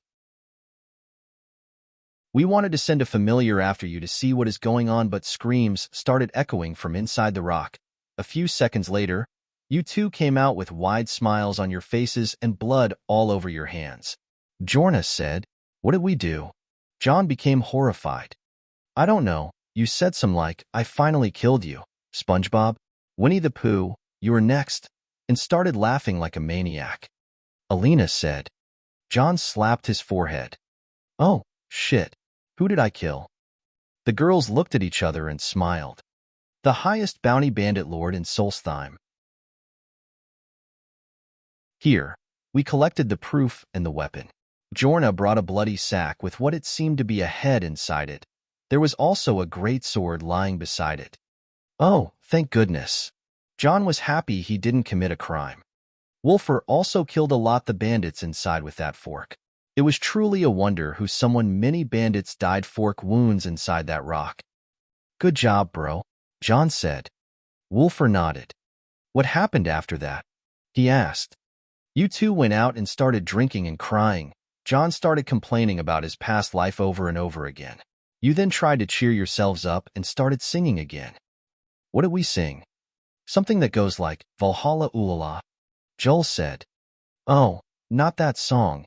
It is a masterpiece. Why did I sing it before finishing it? John seemed down. Sing what you wrote? Well, it's a song that I butchered, but it goes like, Valhalla Ulala. All of my heart is in Valhalla. Ulala. I took my axe and went to battle la la. Okay. Stop it, my head hurts, Wulfur said. Damn, such a fine butchered song. What happened next? You two found another bull netch, and things got really weird.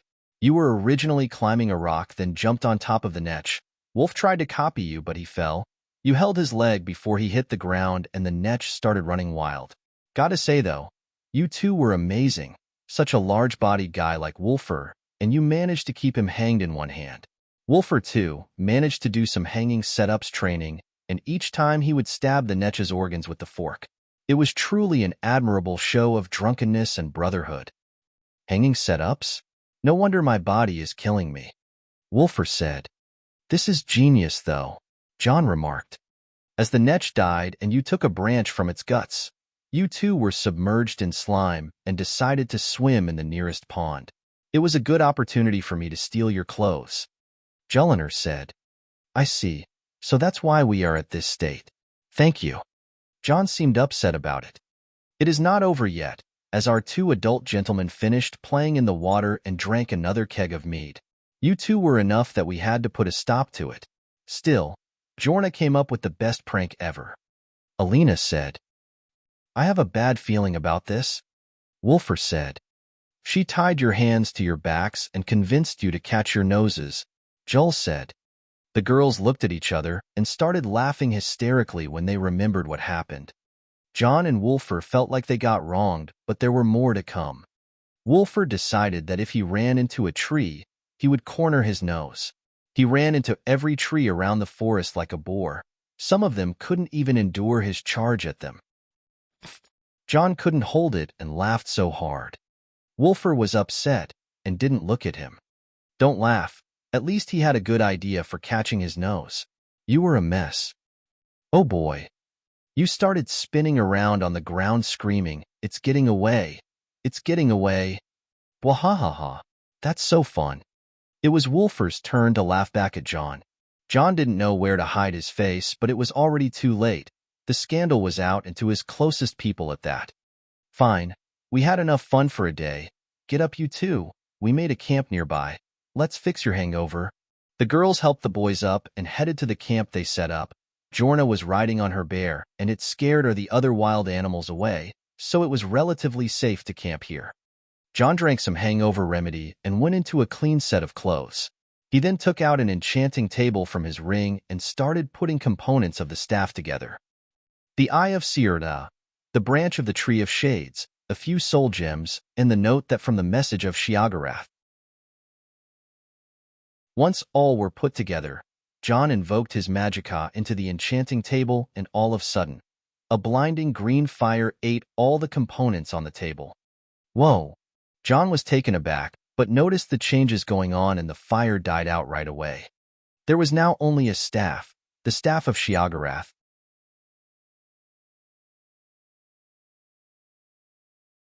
Chapter 218, The First Phase. 5,000 votes for my Farmer Blood Elixir. Extra chapter. The Staff of Shiagarath. Some may confuse it with the iconic Wabajak, but it is really different in both appearance and functionality. The Staff of Shiagarath, a powerful Daedric artifact, is the symbol of the Daedric Prince of Madness. It contains the power of the Shivering Isles, and is needed to assume the title of Mad God and sit upon the throne of madness. The staff is the namesake of Shiagarath. In its traditional appearance, the staff is a simple walking stick with large thorns surrounding the eyeball on the top. The power of the staff is not that awesome, but it is still something to be feared. As was said, it is a walking cane with some large thorns surrounding the eyeball. That eyeball is very lively and is looking around left and right on its own. It does nothing unless it gets controlled by the wielder of the staff. As soon as you give it some magicka and command it to look at any being, this being can either be paralyzed or lose balance depending on the will of the wielder. It can fare much better than a normal paralyzing spell, which is rather most likely to be resisted with a strong will from its victim.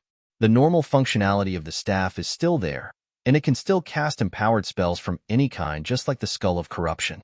With those two in hand, I can pretty much wreak as much havoc as a gunship like the Soaring Flame. Ladies and gentlemen, I present to you the Staff of Shiagarath. I turned around with the staff in my hand and showed it to my little merry band. Sadly, no reaction. John, you always mess with the Daedric artifacts like it is nothing. You have the Savior's Hide, which you always go around with, the Skull of Corruption, which is both scary and awesome, the Black Star, and now this weird-looking Staff of Shiagarath. Won't there be consequences to your actions regarding the Daedra? Alina said. She seemed to be worried about me. I smiled and couldn't reply. She is right. I deal with a lot of Daedric stuff. Any sane person would just take his fill with one experience. I know that I get excited when I get the things I used to have in the game, but this is not the game.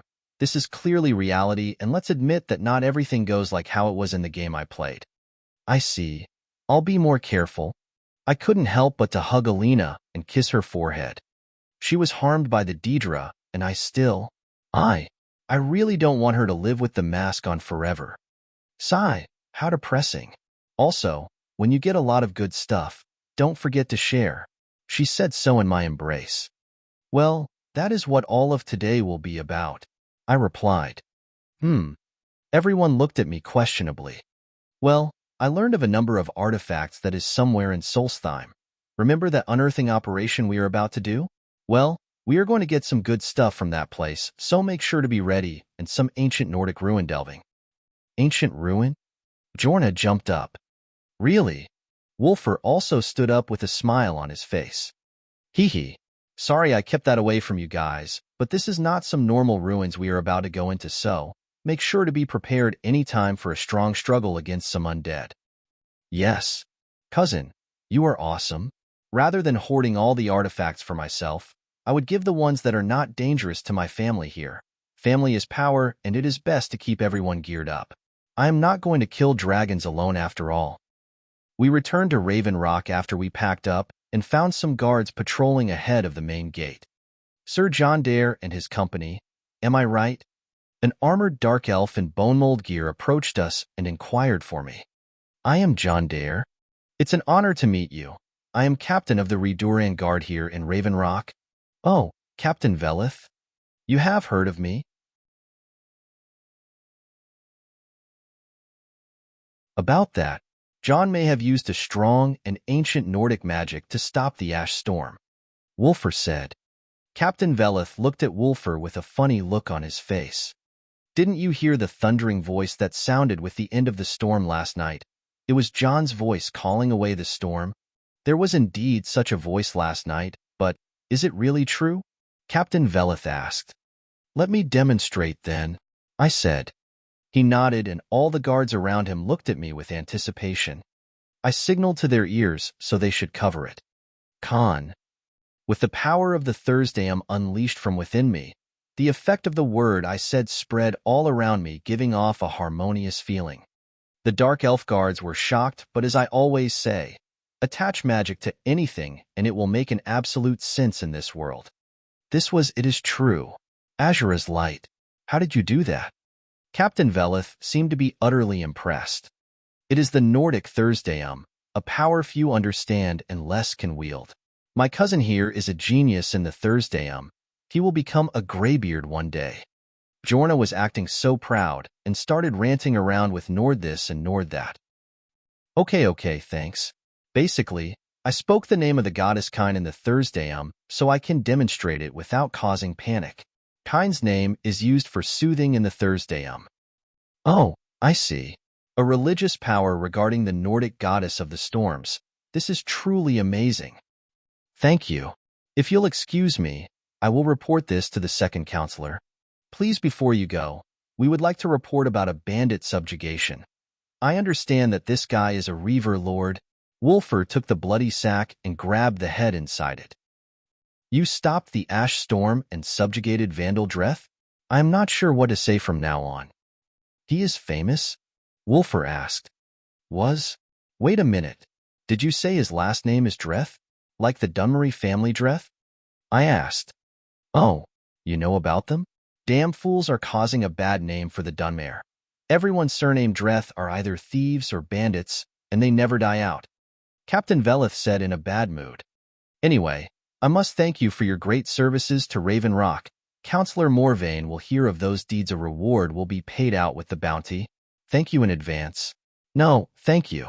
Also, that scum Vandal Dreth used to carry an ancient Nordic artifact that he stole from House Redoran, a great sword called Stormfang. It is said that it was carried once by the Nerevarine when he helped a Nord hero to pass to the afterlife. The bounty paper said that the sword is for whoever slays Vandal, so it belongs to Sir John from now on," Captain Veleth said. "Thank you very much. Have a nice day then." He turned around and left.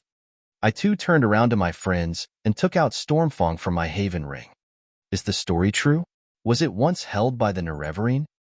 It is indeed true. Once a Nord warrior called Ulfgar the Unending wanted a pass to Sovngarde and asked the Nerevarine for help. Ulfgar was slain, and his sword was claimed by the Nerevarine after that. This happened in the events of the Elder Scrolls III, Morrowind. I looked at the sword and felt its power. It had a strong enchantment of lightning within it. Its handle was longer than normal handles, as blade was a bit shorter, but it was a really good artifact. Its appearance from Morrowind, not Skyrim. This sword suits Bjorna the best. She rarely uses magic, and she loves big weapons. I handed the sword to Bjorna right away. As I said, my friends and family should get well equipped too. "Thank you, cousin. I'll treasure it." "I know you will. Wulfur, make sure to temper it and renew it for her." "Sure, bro. What is next?" "Well, it's about time for us to start our real work here. Let's get going." We moved right away and went into our place in Raven Rock. We all got geared up and took all the weapons and the troopers with us, leaving only 2 to guard our place. On the way out of Raven Rock, we met Second Counselor Adril Arano, who was coming to see me with a big sack of coin as a reward for the subjugation and a thank you for handling the ash storm.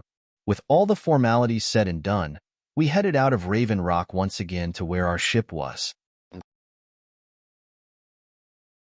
Ongium was camping outside the ship, and there were a lot of carts loading down all the crates we had on the ship. These were the people of Raven Rock transporting the goods to the town.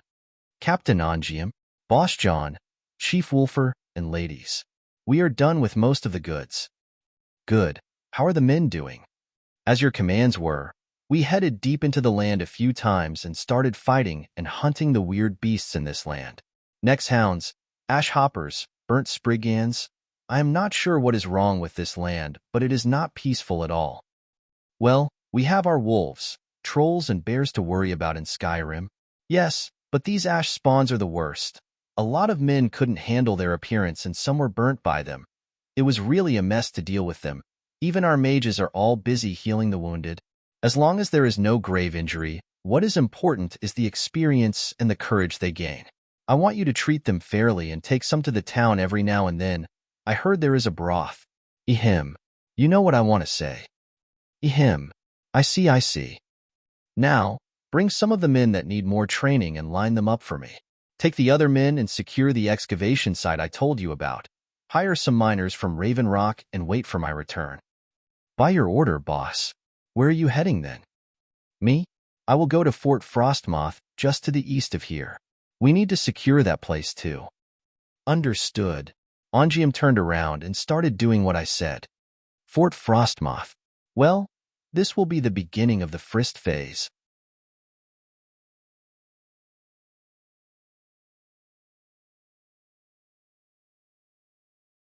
Clearing Fort Frostmoth and taking down General Flax is my ultimate goal in this expedition. Shields up. Mages fire. The fight started as the Dare Dragon troopers took a circle formation around the mages and the arbalists. Outside the encirclement, there was the team of 6 fighters taking down the horde of ash spawns like treating children. Bjorna was excited to test the new greatsword in her hand. Stormfang was an incredible artifact created by a Manish hand, and Bjorna was most pleased with its performance.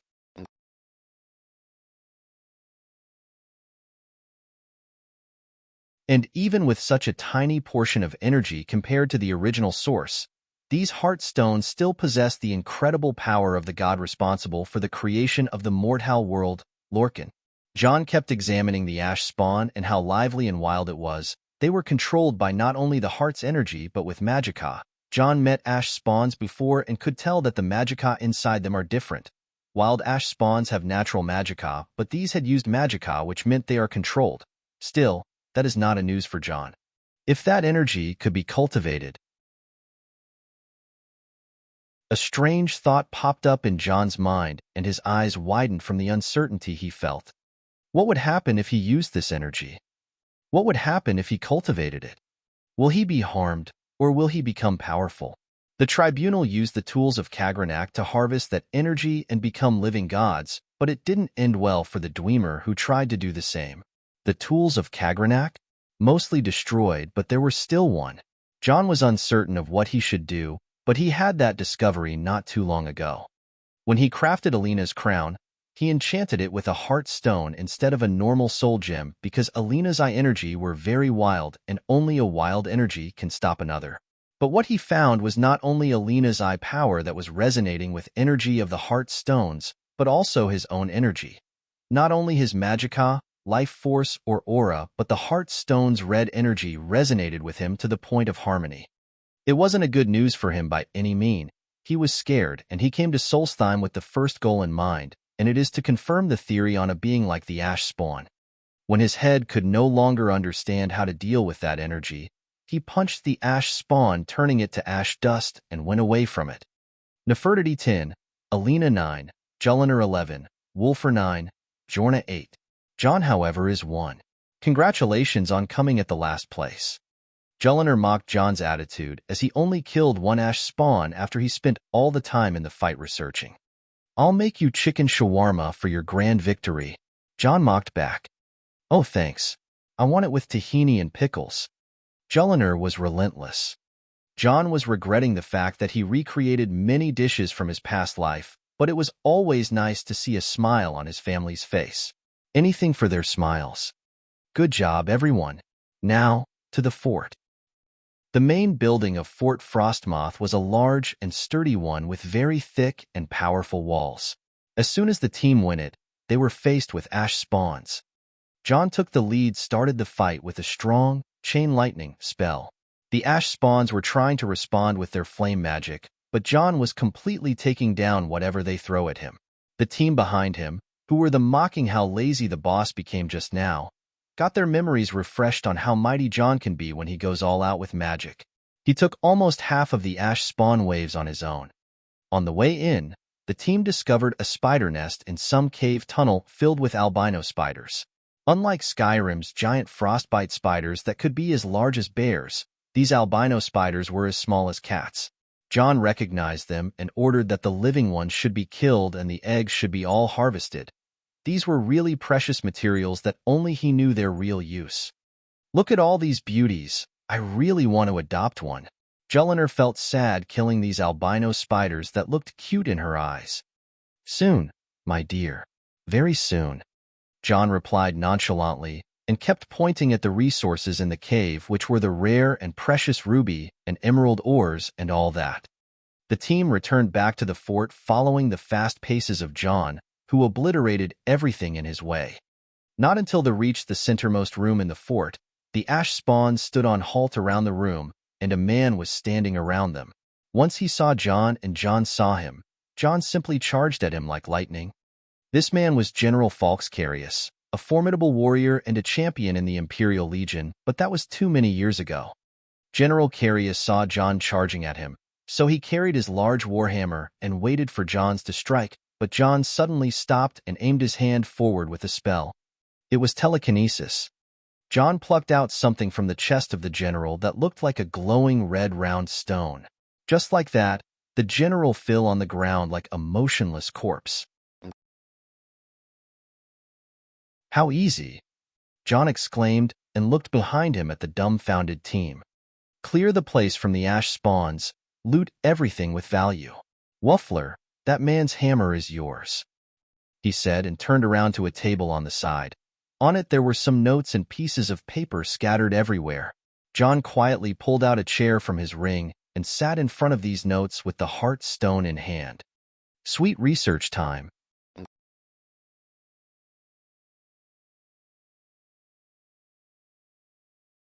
Chapter 220 Breakthrough. What happened in Fort Frostmoth? This is an interesting story.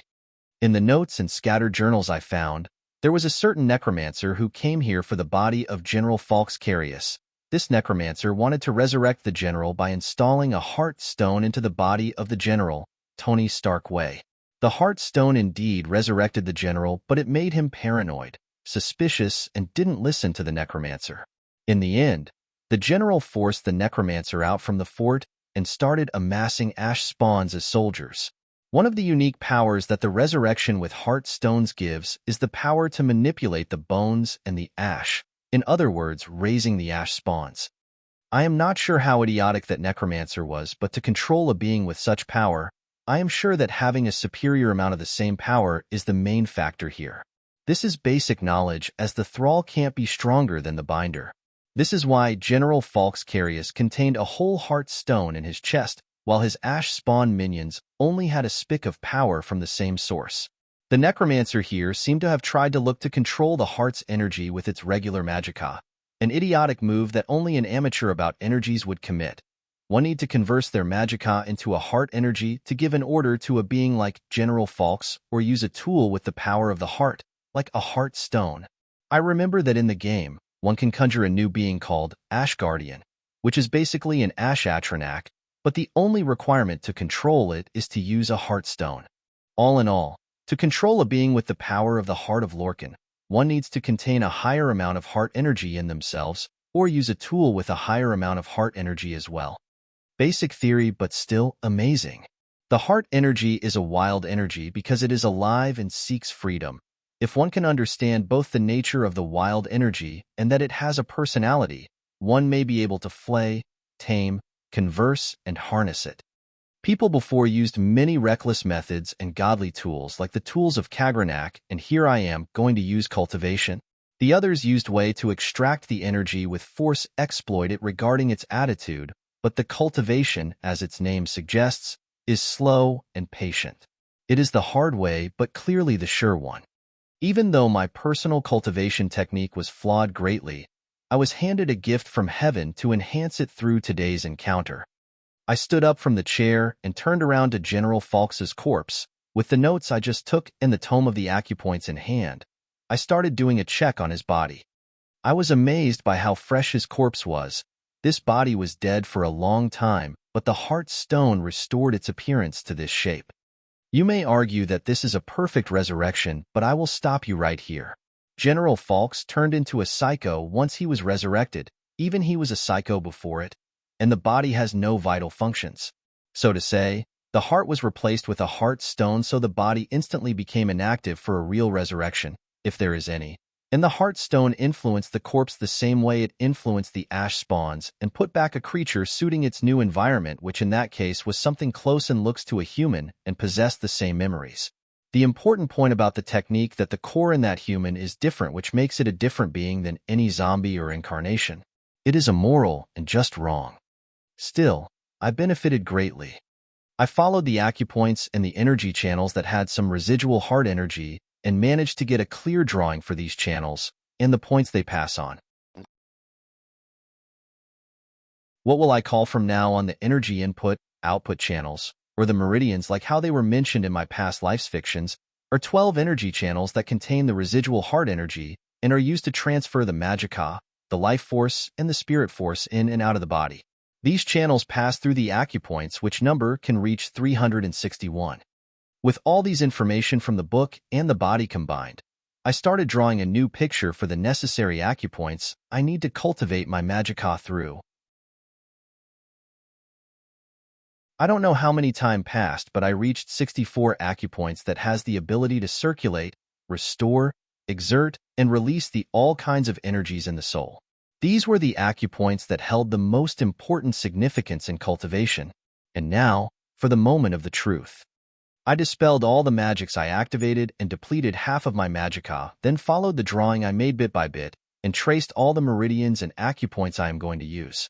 Just like a child who was walking for the first time, I started memorizing each step and how to not off balance while training. It was hard to define from where should I start, but with trial and error, I felt like it was easier in some certain points than the other. I picked the easiest acupoint and directed the magicka slowly towards it. Following the meridians, I reached the other, but I hardly got any harmonious response like the first. It felt like it was blocked, but I bypassed it to the next. It was hard. Losing focus was a big no-no. It felt like that it will all go away if I was interrupted. Oops. My thoughts started straying away. I had to go back to focus once again. Calm your heart and continue. It kept going. Most of the acupoints were hard to go through and others were easy. It was like there were 22 points from 64 that can be accessed while the rest were blocked. It would be safe to assume that these are acupoints that need to be unlocked somehow. With that in mind, I decided to put all my focus on the second round and pass the energy right away through the blocked acupoints. Some of these meridians were hard to go through, and most of their acupoints were blacked, so I started to adjust the path once again and kept going through the second round till its end. The third, no adjustment was added, but the speed started to increase. The fourth was the same. The fifth was better. The sixth started giving me a feeling that I am faster than I should be. If I lost control, then I may be like the car that crashed because it was fast at a sharp turn. I put more control on the speed and kept going once again. The seventh, I think I did this round with perfect speed and accuracy. The eighth, I may have got proud and lost focus. Damn, this is hard. The ninth, back to normal. The 10th, my body started sweating. After the 10th, many changes started to be visible. I was following the path of the meridians blindly, just now only got through it with best of my imagination, but I started to feel the new bath in my body, as if I have grown some new organ and could see with it inside myself.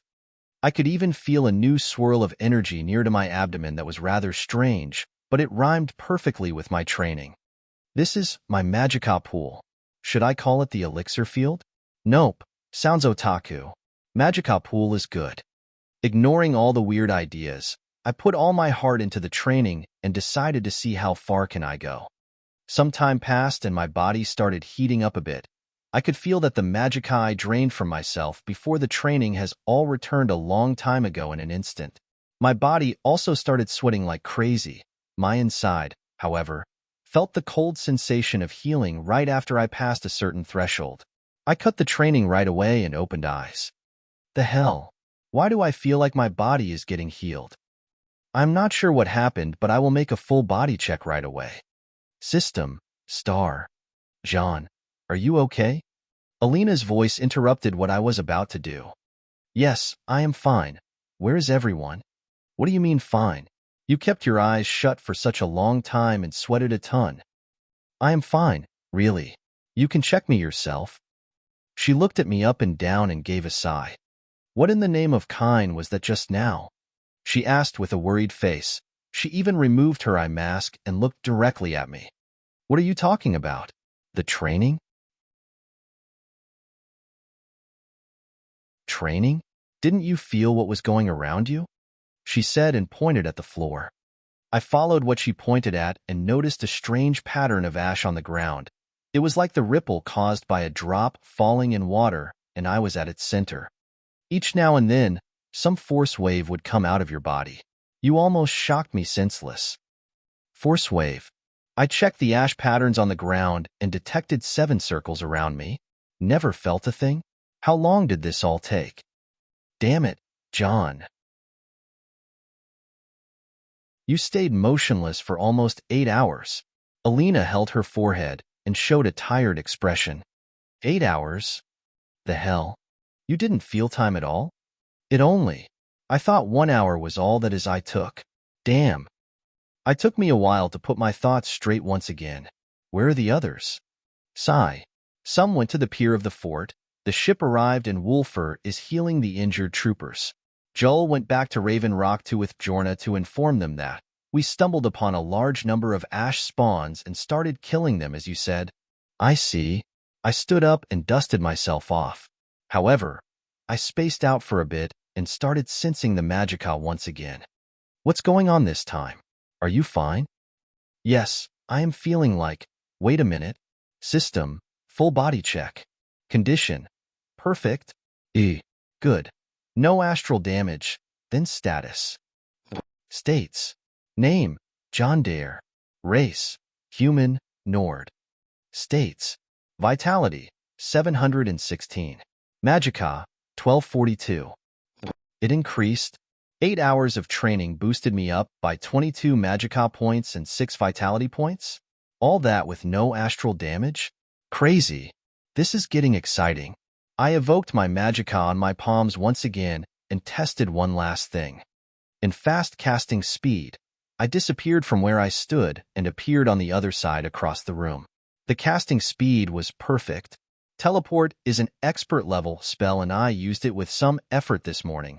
To use it with no effort just now only means, since the time I left Rift Inn, I was an adept-level mage with a lot of magicka to spare, but now I can learn the new spells I have shelved all that time.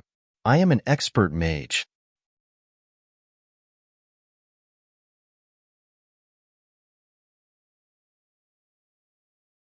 Chapter 221, To the Skaal Village.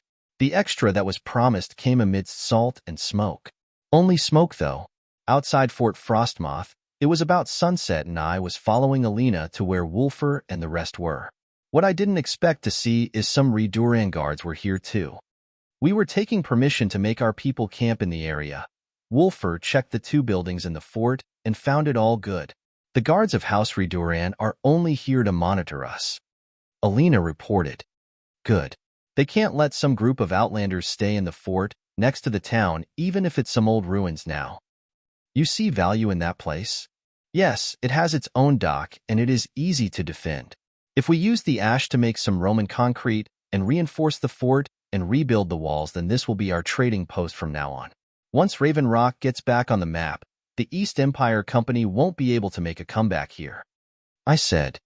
I see. The position is indeed good and easy to defend. Still too early for us to get anything done that early. We need to ask for it right after the 3rd phase. You are the boss. Indeed I am. After a bit of inspection, I finally met with Wulfur. What do you think of the hammer? That was what I asked right when I saw him. Incredible, he said. And the enchantment? Awesome. What is that about? Alina asked. The hammer Wulfur acquired is the Champion's Cudgel. The hammer features imperial symbols on the sides of a very block-like head. Below that, there is a section of the handle wrapped in crimson cloth. About an inch down after that, there is a steel band and the rest of the handle is wooden, with a steel pommel on the bottom. The head is shaped like a normal hammer, with a small crown of spikes on the top. The enchantment itself is called the Chaos Damage Enchantment. It can cause a chance for each element of fire, frost, and shock to do damage. The 3? Yes. Amazing. It has the same personality as Wolf. Alina said. Yes, I think so too. I agreed. Hey, what is that about? Wulfur seemed to feel like he was being ridiculed. For the blacksmith who can't decide which weapon that suits him and prefers an eating fork as a weapon, this enchantment is as chaotic as you are, bro. I broke it down to him. Wulfur seemed upset, but deep down he knew it was logical. This airhead is actually pretty good with weapons to the point that he can't decide what is the best weapon to use. I forced him on the idea of warhammers, and he seems to have stabilized on it too. Is there a place I can rest around here? I asked. Go on the ship. We are staying the night in the fort. Manage the situation then. Join us for dinner. I went back to the ship and asked for an empty cabin and a tub. Alina and Joel joined me later for a bath. I started discussing the matter regarding my cultivation with them. They were both interested and asked a lot of questions. What we reached here is a gray area that even Nurina can't teach us about. The risk is removed for now, and I don't really feel anything dangerous, so I will begin teaching you as soon as we get back to Winterhold. You may want to delay it for a bit. The raid on Japheth's Folly is supposed to be the core of your attention, Jelinar said. Oh, right. Then after the raid then. I still needed time to check how the acupoints and the meridians in their bodies look like. They are both females and Joel is a half-elf, so I need to understand the differences if there are any. I kept discussing with them most of the theories around the matter while washing each other, and they were really helpful. Alina's understanding of mysticism and Joel's sense to magic are really good. In the end, my mental exhaustion made my brain feel like dying. Come, have some rest. Alina pulled my head to her chest. I didn't resist and offered let myself get pulled. Boob sandwich. Joel didn't let the chance go and the other side of my face got some boobs too. What a heavenly sight. I couldn't help but praise and surrendered to the heaven I found myself in. They kept like this for a while, but the girls were silent. I looked up there and understood why. You two need to stay away from Nurina and Faralda from now on. I separated the 2 girls from their ears, and they did willingly with cheeky smiles on their faces. Come on, John. We didn't do it last night. Yes, Wulfur took you, and even Bjorna was upset. The two girls learned how to trigger me, and they started to act accordingly and put me under their charm. I frankly was in the mood since I saw them kiss each other. Okay, don't blame me for what is going to happen when you seduce me. I carried both girls on my arms and stepped out of the tub. With my newly acquired breakthrough, I activated the third eye and looked through the walls of the ship. It was much easier than any time I ever used it before, and it was not that hard at all. I looked at our cabin and teleported the three of us in an instant. Whoa, amazing. I intercast the teleportation spell and moved like that. The girls were easily impressed. I put them on the bed and we started having sex with no holding back. 2 hours passed and I was finally done. The girls were sleeping on the bed with all kinds of pleasure fluids all around the place. I warned you guys, I said and lied between them.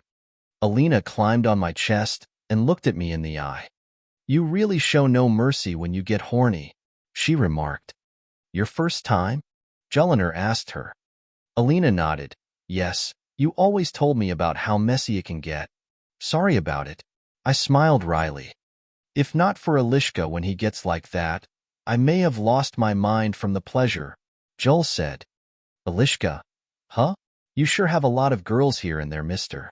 Boss. Alina said as she got on top of me and pressed her nails on my chest. I hope it doesn't cause you annoyance. Not at all. I am not some idiot girl who gets jealous over her man.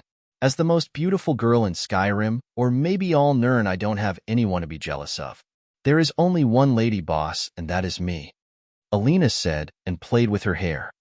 Okay, you are the lady boss. I was a bit worried if things will turn into drama, but gladly it didn't. I don't hide my outside affairs from them at all. They actually know about every girl I slept with other than them. I don't like to do so unless necessary, like Alishka, whose relationship with me is actually special to me, or someone like Vittoria who needs to be kept as my little bitch in the East Empire company. I actually limited all my relationship to Alina and Joel as they are my family that needs my full attention. I know their sexual preferences and I always pleasure them to the best of my ability. Alina may like it sensual, but she always someone who likes to be kissed and hear nice words during sex, while Joel is cowgirl who loves to be on top every time. I find it disturbing that little John got too wild for the girls to handle. I am thinking of making some new way of sex magic using the new cultivation technique, but I have no idea how that would ever work. I heard stories about it from my past life, but I am not even aware of what the basics are. I guess I will research more, but later. Back to the present. I took the girls once again to the tub and started cleaning once again. This time we finished quickly and went a bee. Next morning, I woke up late, which is rare, but I still got up and went outside to the deck. Morning, boss. Morning, Captain Ongium. How is the work on the excavation site? We just got started this morning. The workers are a bit lax, but still manageable. Good work. I'll bring the gang and come to see how things are going. The excavation in Kolbjorn Barrow is important and needed a lot of hands to be done. With the request of mining resources in the area got granted from Raven Rock, we shouldn't be wasting any time. After breakfast, I took Nefertiti, Alina, Joel, Wulfur, and Bjorna to Kolbjorn Barrow that was buried under ashes and started observing the work. An hour passed, and we started to think of something to pass time with. Should we visit the stones of the Allmaker? It would be fun to go there. Bjorna asked. I would say we go to the Skaal village, I said. You want to go there? We need some miners for the Stallroom after all. The Skaal know the mountains like the back of their hands. This was my plan to get closer to the Skaal.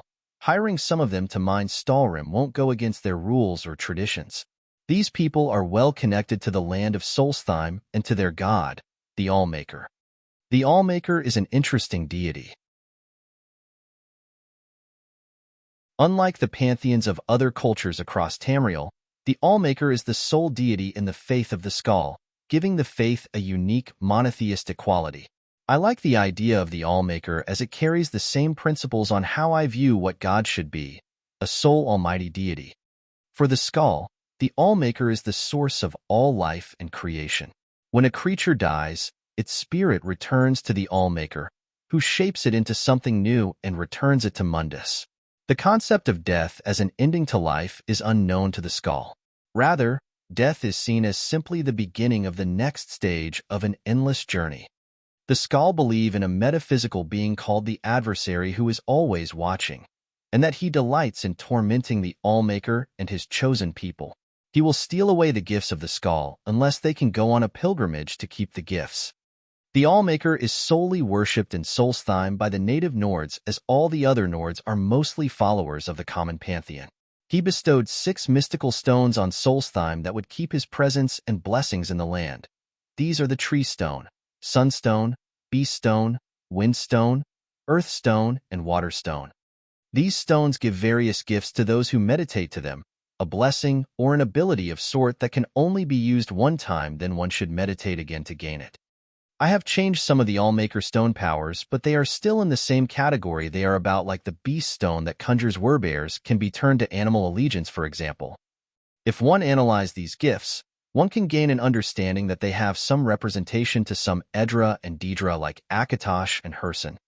It gave me have an idea of what is the real aspect of the Allmaker may really be, but that's a discussion for another time. Right now, we rode our flame horse Atronax and headed to the Skaal village.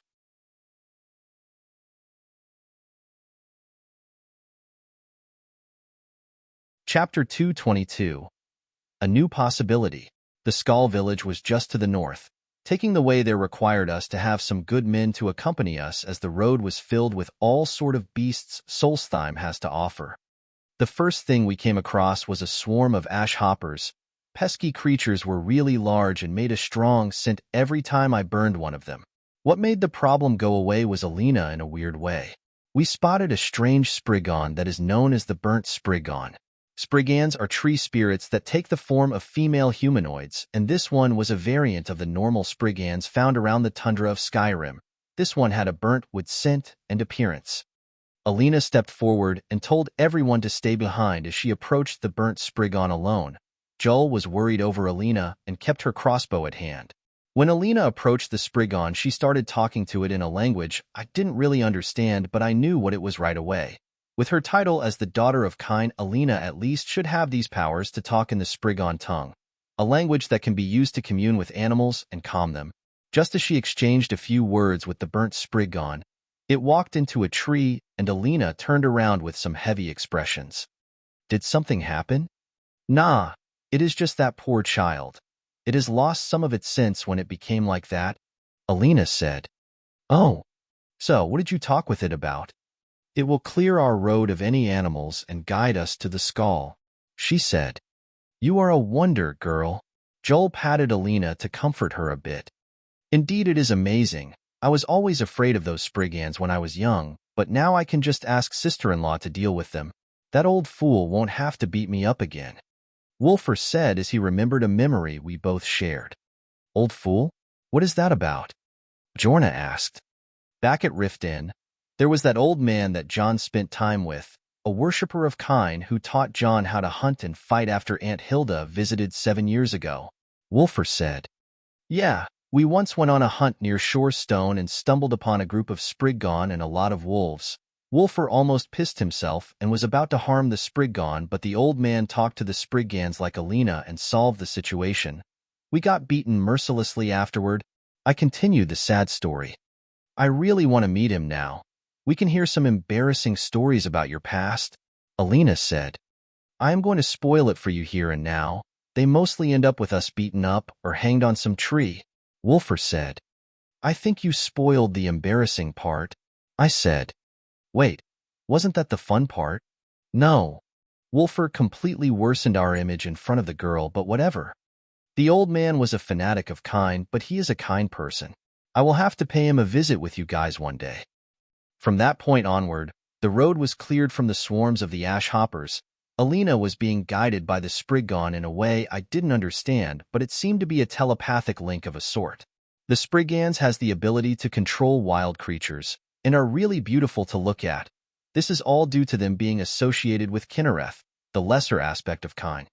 From now on, the only headache in the road was the wild ash spawns. Along the way when we left the ashlands to the snowlands, we stumbled upon some Nord hunters in winter gears. Well met, kinsmen. Well met, travelers. Coming from Raven Rock, aren't you? We are indeed. And where are you seeking north? The village of the Skaal. We are traders, as you can tell. The hunter looked at the carts that were being pulled by some horses and nodded. I'll guide you there. Still, can you help me with a game? What's your game? A fierce stag over these trees. It needs some men to trap it and I am short on men, but if you can help me. While the man was talking, Joel reloaded her crossbow and shot a bolt that carried a cold sensation towards the trees. Swoosh. Nia. A high-pitched shriek of death sounded from a beast behind the trees. The accuracy was simply crazy. If you are ever short on men, seek out a girl. That's how things get done, she said and acted cool and mighty. The man looked at the trees and narrowed his eyes. One of his mates came a second later shouting that the stag was killed. The man looked at Joel in awe. This is a masterful shot. By the Allmaker, I have seen nothing like it. The man kept going up and down about Joel's shot until he calmed down and agreed to take us later to the village. Thank you for your trip all the way here. We rarely get traders and are ever grateful for your visit. The chieftain of the Skaal welcomed us in her great hall. It is all right. My men here will oversee the transactions and will take more requests to make further trades. To be honest, we heard about the new traders arriving at Raven Rock, and we're about to send a small caravan for resupplying, but that is really a pleasant surprise. Remind me again, the Dare Dragon Group? Indeed.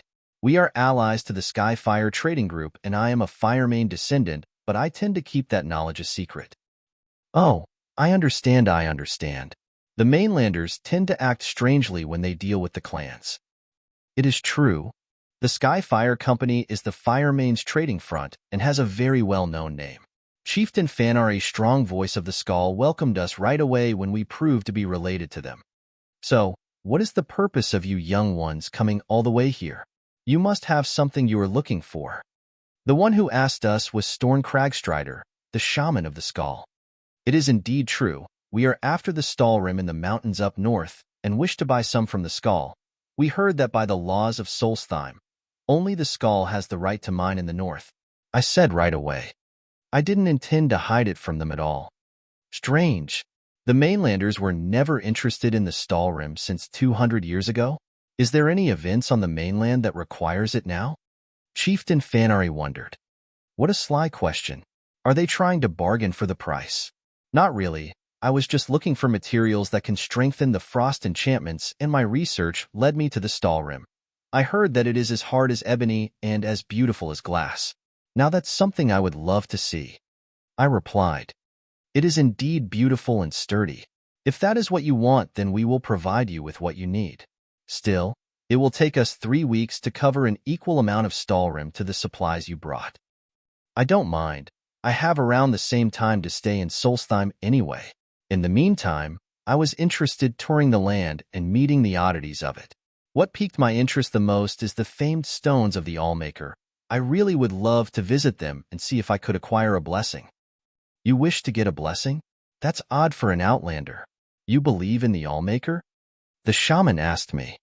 I do have an understanding of the Allmaker and recognize the power he gives the land. The Allmaker is a mysterious deity revered as the wellspring of creation. The Allmaker could be a deity from the Atmarans or branched from the animal deities of the Atmarans that the firemen still consider sacred. Either way, they share similarities with each other and derive from the ancient Nords. Reverence for the Allmaker is now nearly extinct except in the Skaal village, which preserved the ancient beliefs throughout the ages, and modern scholars have learned of the Allmaker through their eyes. All life flows from the Allmaker like a great river, and in time, this river flows back to its source. The spirits of dead creatures return to the Allmaker, who shapes new life and returns it to Mundus. Death, then, is simply the beginning of the next stage of this endless journey. However, each life is a gift given in the great wisdom of the Allmaker, thus each one is very precious and sacred. Even the snow is viewed as a blessing for the shelter it can offer and for allowing hunters to track prey. The Allmaker favors those who hone their skills and disfavors the greedy and lazy. The 6 Allmaker Stones of Solstheim are viewed as representations of the 6 aspects of nature, the 6 great gifts of the Allmaker: flora, fauna, the sun, the earth, water, and wind. The stones are believed to be conduits by which the Allmaker's power flows into the world. In opposition to the Allmaker is the adversary, an equally enigmatic opposing force which works to corrupt the dominion of the Allmaker. The Skaal believe the adversary takes delight in tormenting and testing them. I said it once before that I know more about the Allmaker than what the Skaal may tell. The Allmaker is another aspect of Anu, and the adversary is clearly Padme. From the myth creation of Lorcan and Auriel, it was mentioned that Auriel was created by Anu-El, which is the spirit of Anu, or Anu the Everything, which is thought to be the quintessential form of stasis, the anthropomorphization of one of the 2 primal forces. The other is Padme, also called the Darkness, which is the quintessential form of change, the one whose spirit is Sithis that created Lorcan. If one looked closely at the 6 blessings that can be granted by the Allmaker, one can find the characteristics of the other Edra that got created after Auriel. These 6 blessings can be obtained from the 6 stones of the Allmaker. The only problem is that the powers that can only be used for one time and only can be acquired again by getting another blessing. I discussed my general knowledge about the Allmaker with Storn Cragstrider, the shaman, and didn't mention anything disrespectful like my own understanding of the Allmaker. If one wants to acquire a permanent blessing from the Allmaker, one must perform a pilgrimage to the 6 stones. The shaman gave me a pleasant surprise. A permanent blessing? Is that possible? I asked. It is. Do you know the difference between a blessing and an agent? Yes, blessings are mostly temporary while agents are a higher and a better form that is considered a sort of a divine protection. The only agents that appeared in the game are the agents of Mara, Debella, and some other Daedra. This is possible to acquire by a pilgrimage to all the 6 stones. The shaman confirmed. This is truly marvelous. The possibilities if we acquired those agents are amazing. Honorable Storn, I am listening.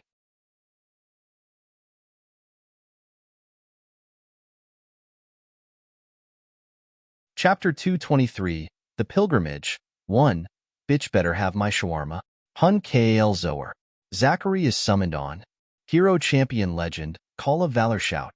We'll post an extra for his honor, as I will do from now on for every new patron. Sorry about yesterday, guys. I was doing a job application in Cairo, TT. Also, you guys ain't voting or commenting. 5,000 votes for extras, remember? Chop chop. The old shaman Storn Cragstrider is a major character in the Dragonborn DLC of the game. He is very knowledgeable about the Allmaker. Very knowledgeable to the point that some higher beings lust for his knowledge. What he told me about gaining a permanent blessing from the Allmaker was really interesting. I already have 2 permanent blessings, the Agent of Talos and the Agent of Kine, which both fortify my Thursdayum. The Agent of Kine empowers my Thursdayum, and the Agent of Talos make me recover the ability to shout another Thursdayum faster. I acquired them both at some time I am not aware of, but mostly do my late actions of always wearing a powerful amulet of Talos and building a temple for Kine or something along those 2. The Allmaker, however, has a different set of rules to bless those who achieve the oneness with the nature.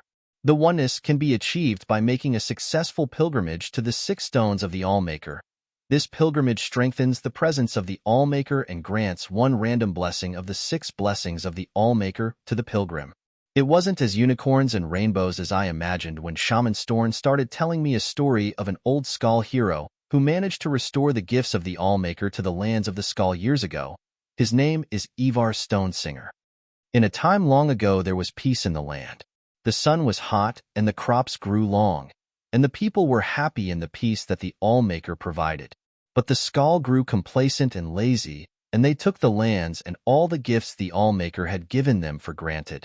They forgot that the adversary is always watching, and that he delights in tormenting the Allmaker and his people. And so it was that the adversary came to be among the Skaal. The adversary has many aspects. He appears in the unholy beasts and the incurable plague. At the end of seasons, the Skaal also know him as Thartag the World Devourer, Alduin. But in these ages he came to be known as the Greedy Man. The greedy man lived among the Skaal for many months. Perhaps he was once just a man, but when the adversary entered into him, he became the greedy man, and that is how he is remembered. It came to be one day that the powers of the Skaal left them. The strength left the arms of the warriors, and the shaman could no longer summon the beasts to their side. The elders thought that surely the Allmaker was displeased, and some suggested that the Allmaker had left them forever. It was then that the greedy man appeared to them and spoke. You of the Skaal have grown fat and lazy. I have stolen the gifts of your Allmaker. I have stolen the oceans, so you will forever know thirst. I have stolen the lands and the trees and the sun, so your crops will wither and die. I have stolen the beasts, so you will go hungry.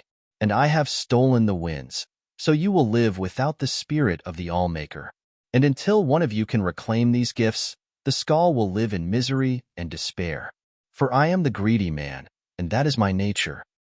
And the greedy man disappeared. The members of the Skaal spoke for many days and nights.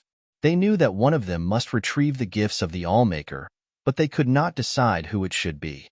I cannot go, said the elder, for I must stay to lead the Skaal and tell our people what is the law.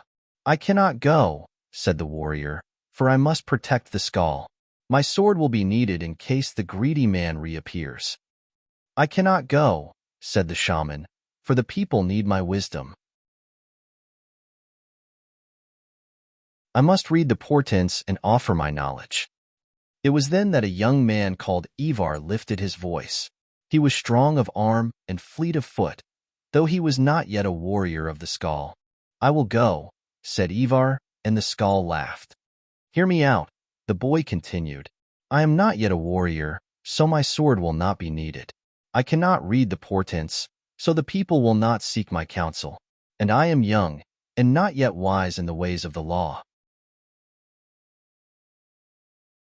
I will retrieve the gifts of the Allmaker from the greedy man. If I cannot, I will not be missed. The Skaal thought on this briefly, and decided to let Ivar go. He left the village the next morning to retrieve the gifts. Ivar Stonesinger was set to retrieve the gifts and was aided by the Allmaker. He performed the pilgrimage to the 6 stones of the Allmaker successfully and saved his people. From that day on, the Skaal upkeep the tradition and encourage their young warriors and hunters to go through it. In another meaning, it is the clan's coming-of-age test. So, it can be performed in not a ceremonial way and at any time of the year. I made a speculation. Indeed, the young Ivar Stonesinger was only guided by the Allmaker with no ceremony whatsoever. Whoever intends on doing the pilgrimage will be guided too. Shaman Storn replied. What about being an outsider? Outsiders are always welcome here as long as they don't corrupt the land of the Allmaker like how the Imperials did 200 years ago. Oh, I know that story. You do? Yes, during the blood moon of the Daedric Prince Herson, the Skaal were being attacked by the Wur creatures, and the Imperials from Raven Rock caused a lot of disturbance. It was the Nerevarine who saved the Skaal by doing 3 rituals, or something along those lines. So you are knowledgeable about such a thing. That is indeed a true story that not all Skaal know. Shaman Storn confirmed my words. I was being looked at in a new light when I talked with the shaman about the Allmaker and the history unknown to some. Of course, playing some Elder Scrolls 3, Morrowind, helped grandly. I was also told that it is advised to take a number of 6 people on the pilgrimage at minimum, so that all the blessings can be distributed as the Skaal descendants do it. They go in one group to lessen the danger, but only 6 of them get the blessings and later come to be the shamans, the warrior commanders, the chiefs, and all that. In the end, a feast was thrown and a small drinking party was held as the traders are really appreciated around these parts. Now both the Skaal and Raven Rock will see me the Dare Dragon Company as their exclusive trading partner as long as I make more bonds with them. This pilgrimage will smoothen the business in the future and may add to my power if it went the right way. After all was said and done, we were showed to the guest rooms in the Great Hall of the Skaal. It was a quiet night in a place that felt Nordic enough, rather than the alien nature of Raven Rock. We woke up earlier than usual the next day, as it seems that the Skaal start the day by dawn. I forced everyone up as soon as possible, and even made Nefertiti go into human form. The duty of guiding you around the stones of the Allmaker Free daughter of Storn met us with 2 Skaal boys. I thank you in advance and apologize for the trouble. We got ready and left with Free right away. The stones of the Allmaker are 6, the Water Stone, the Earth Stone, the Beast Stone, the Tree Stone, the Sun Stone, and the Wind Stone. According to the story of Ivar Stonesinger, the first stone he was guided to by the Allmaker was the Water Stone, far north of Raven Rock, along the coast. Free acted as our guide as we headed back to Raven Rock. The road was peaceful with the help of Alina's new Spriggan friend that kept protecting us through the trees. If one concentrated the detection magic on the flora around, one can sense some traces of the Spriggan. The walk didn't take long, and we arrived to Raven Rock at the afternoon. Free and the Skaal boys went to the market to arrange sewn shipments for their clan, then continued to the north with us. To the north, the road was unmanned and narrow. It started going up to a snowy hill after some time. After 2 hours of walking, we finally stumbled on some trouble. Riekling. The 2 Skaal boys shouted and readied their weapons. To their shouts, a funny thing emerged from the snow. What the boys called a Riekling was a small goblin-like creature with a pale blue skin wearing fur and holding a short spear. One can simply think of them as snow goblins. Jai-Yuyuer. That Riekling saw us and started making strange sounds and screams. Soon after, a swarm of these creatures appeared. Find cover. They will throw the spears. Free shouted and hid behind a rock. We followed her silently and hid behind cover. They are too much, these pesky creatures. We need to shoot back at them. Free said. Forget it. Their number is big. We need to go back. One of her followers shouted. It seemed that they got overwhelmed easily. Alina, how many? 47. Good. Whoever have the least kills will treat the others. I said. Hey, you still owe me chicken shawarma with tahini and pickles. Jelliner remembered something I was trying to shake away. We'll go on 3-3. I cast bound armor and covered myself with a full-body armor suit, then cast bound bow and started shooting an arrow after the other. Dirty! Joel was infuriated and jumped off her cover, aiming her crossbow at anything that walks. Not losing. Wulfur charged out of his cover with Bjorna, both carrying big weapons and shields. Nefertiti, let's leave these idiots alone. Alina took Nefertiti to the side to have a fluffy time together. I ignored all the small spears that were thrown at me by the bound armor and kept putting down the Rieklings with the bound bow. My archery skill became a bit rusty, but I sure did fine. Wulf and Bjorna charged together and fought back-to-back, attracting a big number of the Rieklings. Jelliner, on the other hand, was going full-on Rambo mode and started shooting every Riekling in sight. She ran forward as she was shooting, and once she got cornered, she switched to the spears of the Rieklings and started sticking them in their skulls. Kuuwawa. A loud cry came from the beach side. 10 Riekling appeared riding on boars. These are the Riekling riders and their bristleback boars. They saw us and charged towards our direction. Bjorna and Wulfur were getting ready to block the chargers, but a figure bypassed them like a bolt of lightning. This was Joel. Hey, be careful. She ran towards the riders alone and jumped at one of them, sending one away with a flying kick. She used the Riekling as a foothold and jumped at the other, kicking it away. She kept throwing spears and weapons around, making a comical scene. The last Riekling rider was kicked on the ground with a spear on its chest. Jelliner snorted as she dusted her hands off and picked up her crossbow.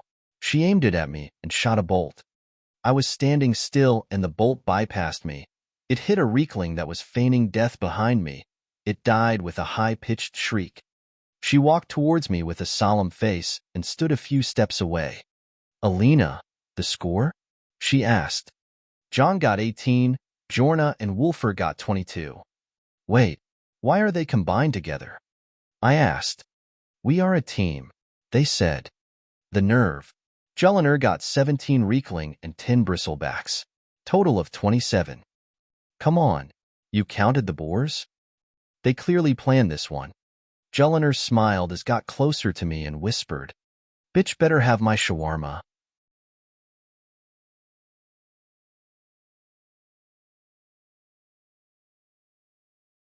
Chapter 224, The Pilgrimage 2, Bjorna and the Swimmer. This chapter comes to you by the good graces of Zachary. Phyin. All hail. Ouch. Ouch. I am sorry, but me down. Joel was struggling as I kept carrying her, from her ears. There is nothing more painful for an elf like being carried from their little pointy ears. Got your feelers hurt, babes? It is painful, damn it, she said as she was holding to my arms and lifting her body up. Who is whose bitch again? I am Zoe. Sniff, it is me. Congratulations for the reboot. I put her down. The Skaal boys and Freehead came out long ago, but they were in their little conversation of counting the how many we killed or how awesome we are or something along those lines. Not really sure. What is important is that we are expecting them to say some words of admiration. Free talked to Alina, and Alina seemed to be handling the socializing as usual. Her charm is top-notch, and she always smiles at people, which makes her the best to talk to rather than three hulklings, John, Bjorna, Wulfur, and one crazy elf. This way, the Waterstone is close. We rallied up further behind Free, who led the way again. A minute and 100 steps later, we could see a giant stone pillar up on those hills. It was enveloped by a green aura of majesty, and as we got closer to it, we would feel its healing effect. Strangely, Alina and Jellinger paused first for some reason. That is some déjà vu I got there. Me too, sister. Look at the size. It is almost the same. I know. They looked at the stone and then looked between my legs. What the? My expressions couldn't be kept straight anymore, and I glared at them to get back in line before anyone notices their weird action.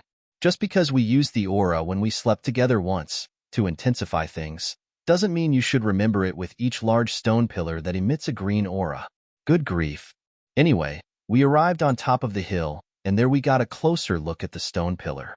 There was a small pool of water around it, and it was the place seemed peaceful and quiet. We should now meditate for the Allmaker. It is hard for outsiders to do it because of the lack of faith, but Father said you will all do just fine. First, you need to place your hands on the stone all one at a time, and try to activate it fully. Who is going first? I will, Wulfur said. He said, and I nodded to him.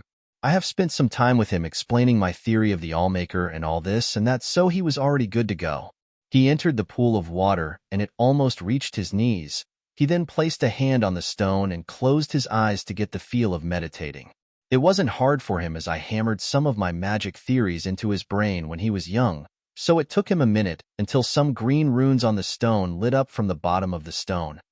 That was fast. Free looked at Wulfur with admiration, and she smiled ear to ear.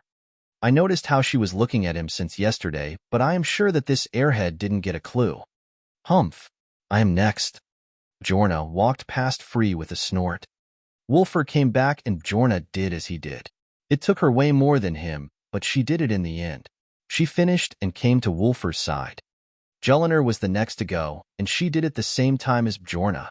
She clearly doesn't have that much faith in any proclaimed god like me. Okay, Nefertiti, you're up. I put Nefertiti down in front of the pool. The girl, she is too young to understand the ritual. I'm going to, Free said in a worried tone. No, thank you. She'll do just fine. Ain't that right, girl? I looked at her and asked. Nefertiti turned serious and nodded right away. Such an adorable little thing. She looked at the stone with seriousness and stepped on the water.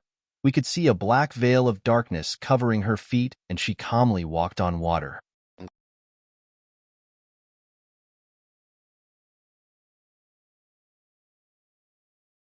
Just let your mind seep into the stone and think of a beautiful being of light that is on the other side of the stone.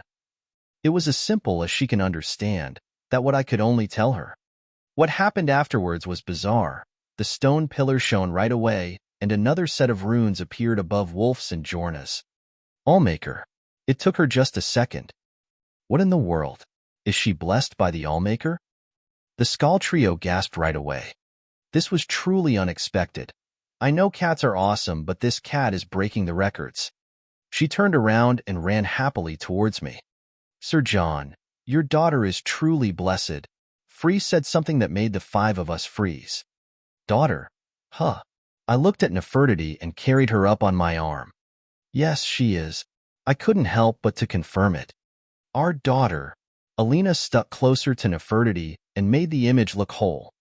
The three of us looked at us and got our moment there.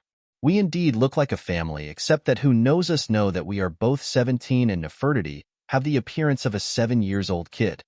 Okay, Alina, your turn, I said, and Alina walked towards the stone pillar in the pool. I looked at Nefertiti and whispered, in your human from, always call me Daddy and Alina Mommy. Call me Big Sis, Joel said. And us Uncle and Aunt. Wulf and Bjorna also wanted to take a part in. While we were distributing the fluff, Alina stood at the pool and cast a spell to walk on the water. Her spell was unusual as the water under her feet froze. I love that she always do her own things with her Child of the Storm style. Defrost and wind magics are really top-notch because of Kind's favor. She touched the water stone with her hands, and it didn't take her a second. Just like Nefertiti, the runes on the water stone were activated right away. Again? By the Allmaker. And she just did it. She was a bit surprised, but she acted in a calm manner anyway. My turn then. I handed Nefertiti to Alina and walked in the pool right away. I also touched the water stone, and its top runes glowed with no pause. The whole family is blessed. The Skaal kids were not as surprised and came to a good conclusion. What now? I walked out of the pool and asked Free. Just give me a second to calm down. Phew. The pilgrims need to wait for the swimmer, to follow it underwater with an empty water skin or a flask, then bring back the waters of life from the underwater cave the swimmer will guide to. You guys should decide which one of you will go for a swim. Please pick your best diver for the task. She said. Best diver? I looked at my people and questioned. We are Nords, so we swim a lot, but it is a bit hard to do so in Winterhold. I'll do it, Bjorna said. Wait, it is not easy to. I wanted to warn her, but Alina stopped me. You may not know this, but Bjorna was born on a boat. She is second only to Uncle Njord when it comes to diving. She is? Well, I am seeing her in a new light now. Fine, Bjorna. You're up. We all were in agreement, and it seemed that Wulf was aware of Bjorna's skill in water. What is the swimmer? Nefertiti asked something we failed to notice. Oh, sweetie. It is a holy beast sent by the Allmaker to help those who want to complete the trial of the water stone. Remember, harming the swimmer is a bad thing. Free said. Okay. We walked a few meters to the west, and there we arrived at the beach. Here you go, cousin. A water-breathing potion and some snowberry extract. You will never get cold underwater with my special extract. Thanks, cousin. Alina evoked a spell and aimed at Bjorna. With this you will swim faster, she said. Thanks, Alina. Bjorn removed her boots and light armor and walked to the water with her clothes. She gulped the 2 potions I gave her, then waited.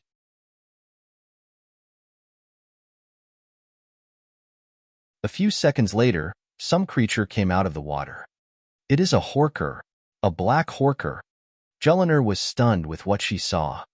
Horkers are gray walruses with 3 tusks instead of 2. They are peaceful as long as no one goes into their territory. This is the swimmer. Please follow it underwater and never harm it. Okay, one last thing. Bjorna was about to leave, but she turned around and grabbed Wulfur then. Okay, take it easy. I couldn't help but laugh. How bold of her. I could see her looking at Free for a second there. So she noticed too. Mark your territory, girl. Mark it. All the way in. Up and down, good John. System, take a pic. After the long kiss, she turned right away with a red face and walked stiffly in the water. The swimmer noticed her and turned towards the sea and dove in. She hurried up and jumped in the water too. Time passed and Bjorna was gone for almost 15 minutes. The potion I gave her can work up to an hour, so she should be just fine. However, Wulfur started to get worried. Alina, what do you see? Wulfur asked. She is swimming like a fish, but I can hardly see anything around her. Scrying underwater is not easy. Alina was setting on the land, activating her mask that glue red, and she started to scry for Bjorna. Around a minute later, she gave us an update. She is coming? Bjorna seemed to be swimming up and reached the sea surface as soon as she went out of the water cave. We could see her swimming this way when we used our auras to see further. She arrived at the beach and crawled on all four. Her muscles were all stiff. "Good job, Bjorna," Alina said, and cast a strong healing spell with Wulfur. Bjorna stood right after it. "Damn, that was hard," she complained. "What happened down there?" "It was amazing. I went after the swimmer, and it led me to a strange cave underwater. In the cave there was a space I could breathe in and some undead skeletons that were punched right around easily. I found a water spring and took some in this water skin." "Good job. You can now come and offer the waters of life to the water stone," I said. We all returned back to the water stone and offered the water. Bjorna spilled the water on the stone pillar, and the light around it turned from green to blue with a healing sensation that enveloped all of us. I am glad that the Allmaker has a sense for the light effects. Doesn't happen that often in Skyrim. Yeah, Alina and I joked about the healing light, but we were aware that this light of healing was too overpowered to be considered an ordinary healing magic. With this, the water trial is done. We can head south to the Earthstone now. Free announced the end of the first trial. Won't we get any blessing now? No, it is only after you finish the sixth one that when the Allmaker gives his gifts. Glad to know. We agreed to go back to Raven Rock and spend the night there.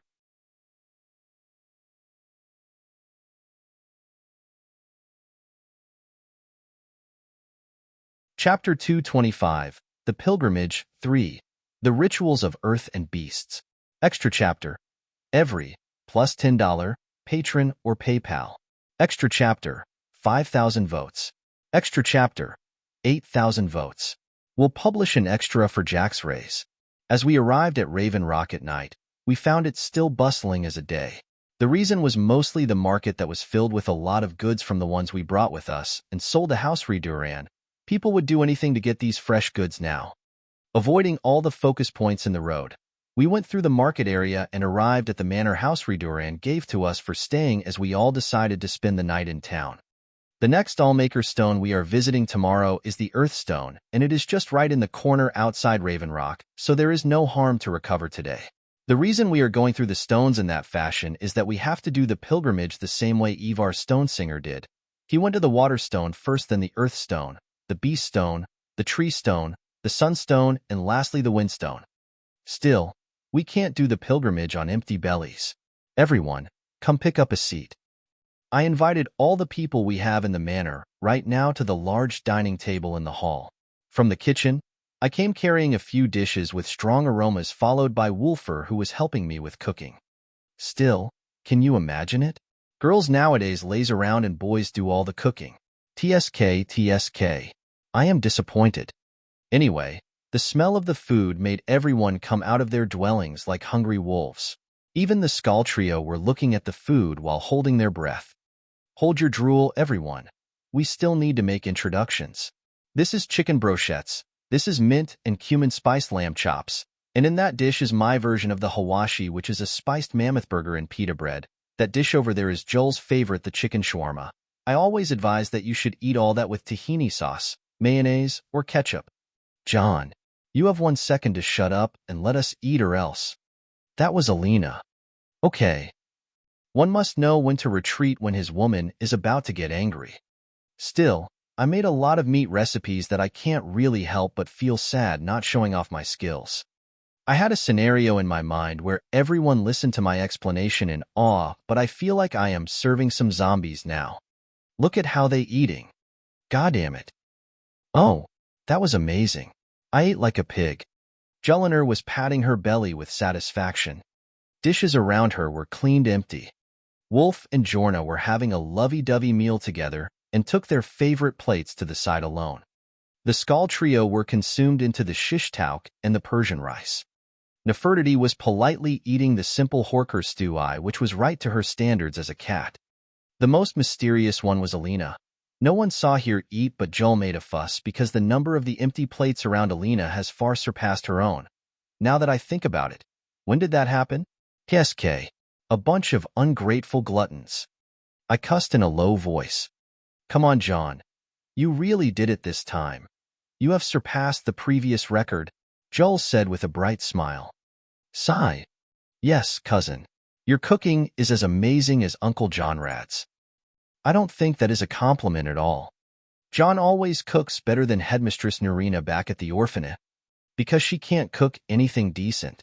Yes, John is the secret gourmet of Winterhold. His plates can save lives. That was Alina. Oh, thank you, Alina. For some reason, only Alina knows what is the right thing to say. And I think she is right. If the whole world came together on one table of fried beef liver on the Alexandrian style and French fries, it will surely know peace. The next day, I woke up those lazy bums to get an early start. They sure ate a lot and became too lazy to move. Before we set off, one of Ongium's men came to inform me about the progress in Kolbjorn Barrow excavation site. It seemed that they used the utility Frost Atronax spells that I provided them and dug to the entrance of the barrow. These Atronax can do a great job and all. Anyway, after everyone was ready, we walked north to the Earth Stone outside Raven Rock. The Earth Stone was not that different from the Water Stone in appearance feeling. It also had a pool of water around it and all. We activated the runes on the stone to issue the start to the Earth ritual. We now need to head north to the Cave of Hidden Music, Free said. We followed her silently, but I suggested we ride out flame Atronac horses that we didn't conjure at all to not make a scene around us. The Skaal trio liked the idea, even though the Atronacs are demonic beings of the Daedric Plains. We eventually arrived at the cave after going deep into the Ice and Fire Plains. There we found a cave where Free led us. Its walls were filled with inscriptions on its walls that seemingly belonged to the Skaal. Outside the cave, we could occasionally hear a strange musical sound that came from inside with the cave's chilly air. We headed in with Wulfur on the lead, carrying the champion's cudgel and his tower shield. Jelliner followed him to ensure that there were no traps he couldn't detect. The cave's rocks were black, and there were rocks hung from the ceiling and grew from the ground itself. The cave network was going up and down and was more complicated than what I ever thought it would be, but it was mostly empty. What came across first was a single draugr, one of those infamous undead creatures that dwell in most of the Nordic ruins. Leave it to me. Wulf insisted to face the draugrs on his own. He waved his heavy hammer with one hand, and it curved left and right, destroying the draugr's limbs and skull. Wulfur was using his golden aura that can do a lot of harm to undead. It really suited him. As we reached the deepest part in the cave, Free said that we arrived at the Chamber of Song. It was a large space at the deepest point of the caves, and where the music came from. We looked around and found a large structure made of stalagmites and stalactites that was the main source of the music. It produced it occasionally with a pattern. What should we do from now on? Wulfur asked. See those stones over there? If you strike them in the right order, you will produce music similar to that of the cave. It is what you need to do. Free said. Until the music stops? Wulfur nodded and turned around to the stone. He held his hammer with two hands and struck the first stalagmite.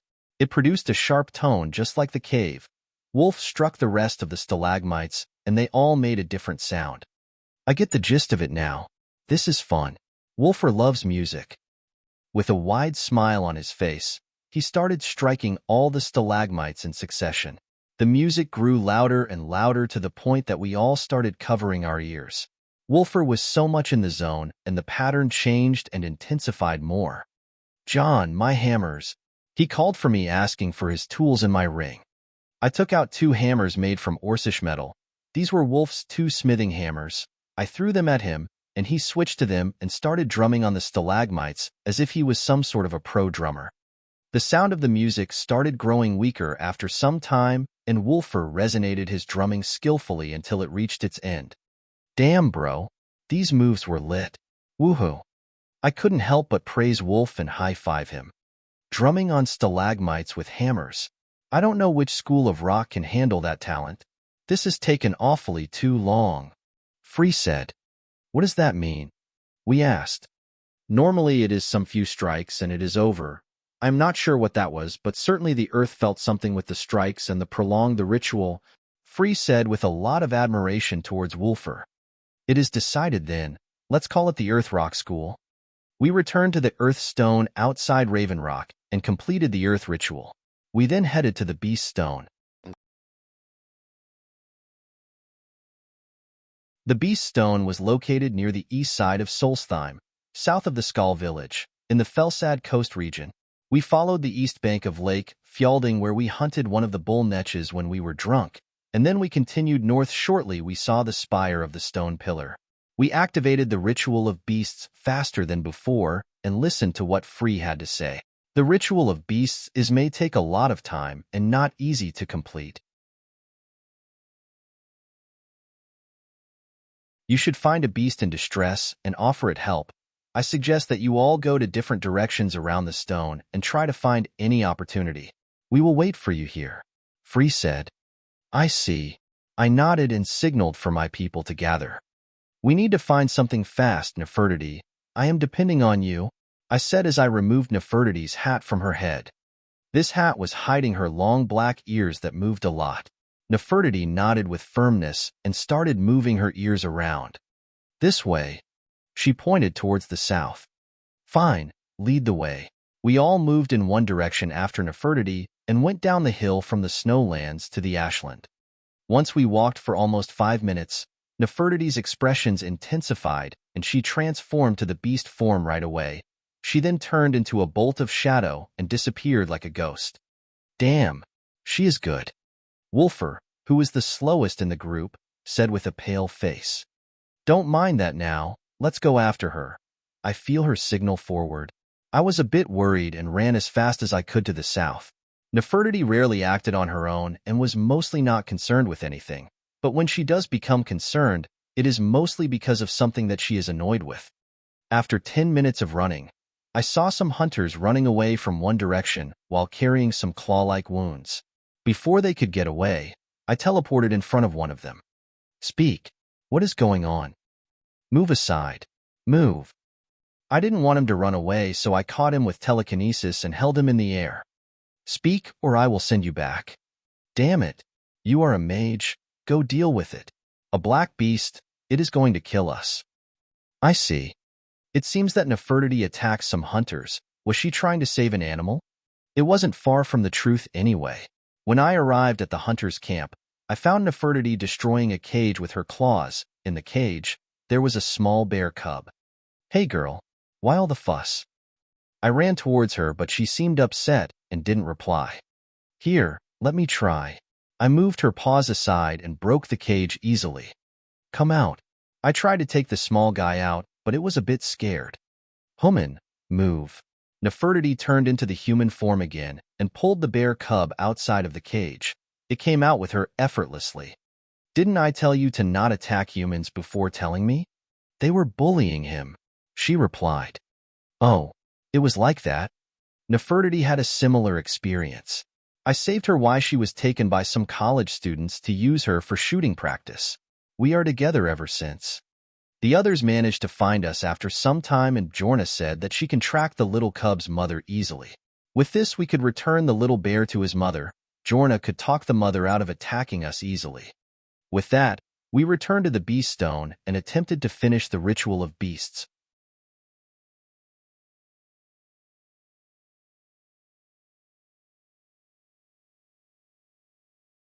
Chapter 226, The Pilgrimage 4, Opportunity. This extra chapter comes to you by the good graces of Jack. Extra chapter. Every, plus $10, Patron or PayPal. Extra chapter, 5,000 votes. Extra chapter, 8,000 votes. With that, the Ritual of Beasts is complete. Free announced. That was faster than what I expected, Alina said. She healed a small bird on the way, but I guess Nefertiti is the one who mostly finished this trial. Good job. I patted her back, yet she was still depressed. At those times, she prefers to keep it to her own until her mood improves on its own. Nefertiti's thoughts started to change a lot lately, and she is as smart as a young teenager now. She can read my thoughts and do many smart things. Still, I feel like she is past the threshold of being just a cat long ago. She is evolving and having her own personality grow further and further, and with the magicka I provide to her, she became stronger and stronger. Her lifespan should surpass her race members greatly. But as I said, let's keep her own matters for her in the time being. She would tell me if she really feels she can't get through anything on her own. After the completion of the ritual of beasts, Free said that this one will be the ritual of tree, and here where things get interesting for me. The stone of tree is no ordinary stone, and the place it is in is no ordinary place. How far is the tree stone? I asked. It is really close, just a short ride to the northwest. It is clearly where I remembered it was. So, tell me about the tree stone. Is there any special place around it? I asked. Free looked at me with a questioning face. She didn't understand at all. I am asking about the stone's location. How does it look like? It is just a normal area, the same stone as all of the Allmaker stones. The only difference between them is the runes on their bodies. The tree stone is on that hill in a lush area. Lush area? I was having my own thoughts about the matter. The tree stone was on the center of the Temple of Mirek, and it was the core stone that Mirek tried to steal the power of the Allmaker with, but that hasn't happened yet. I am a few years too early. I had to wait and inspect the place for myself once I arrived there. We took the road leading up the hill, but it wasn't how I remembered it from the game. This area should have a lot of dragon remains left and right, but it seems that these remains were sealed under the land. Until we later arrived at the top of the hill, I finally got the enlightenment. The Temple of Mirek had no single trace in this area. The only thing that we met was the lush area with many trees and the incredible density of magicka around the tree stone. The place looked like a grove similar to that of the Eldergleam Sanctuary. So all this will be destroyed by Mirek, huh? SK. Such a waste. Mirek is the main antagonist of the Dragonborn DLC, but it is still not the time to worry about him. How will this trial go? I asked Free. It is actually the easiest one. After you activate the runes on the stone, you will take those seeds to plant them in the area. Free said and showed me some seeds she was carrying. Seeds? This is all there is to it. These seeds are the seeds of the first tree. The shaman of the Skaal gets them only from the Spriggan matrons, so it is we only brought this much. I understand. It seems that these things are precious. Don't worry about it. Performing the pilgrimage is important to the Skaal, even if it is more than once a year. Even if an outsider did it, the lands of the Skaal will be blessed anyway, and we will grow healthier and stronger. All for the good, then. The Skaal are really good people, and I would love to ally myself with them even more. Anyway, it was my turn to activate the runes. After it was done, I returned and started looking for a place to plant the seeds in. Free, look at that. One of the Skaal boys called for Free. She went and looked at what he was pointing at, then her expressions became a bit sorrowful. What is it, Free? Alina asked. Sigh. Since the Red Year, the eruption of the Red Mountain harmed half of the life on Solstheim and made the other half sick. Some of the trees around this grove are very old and now they are getting harmed by the ash.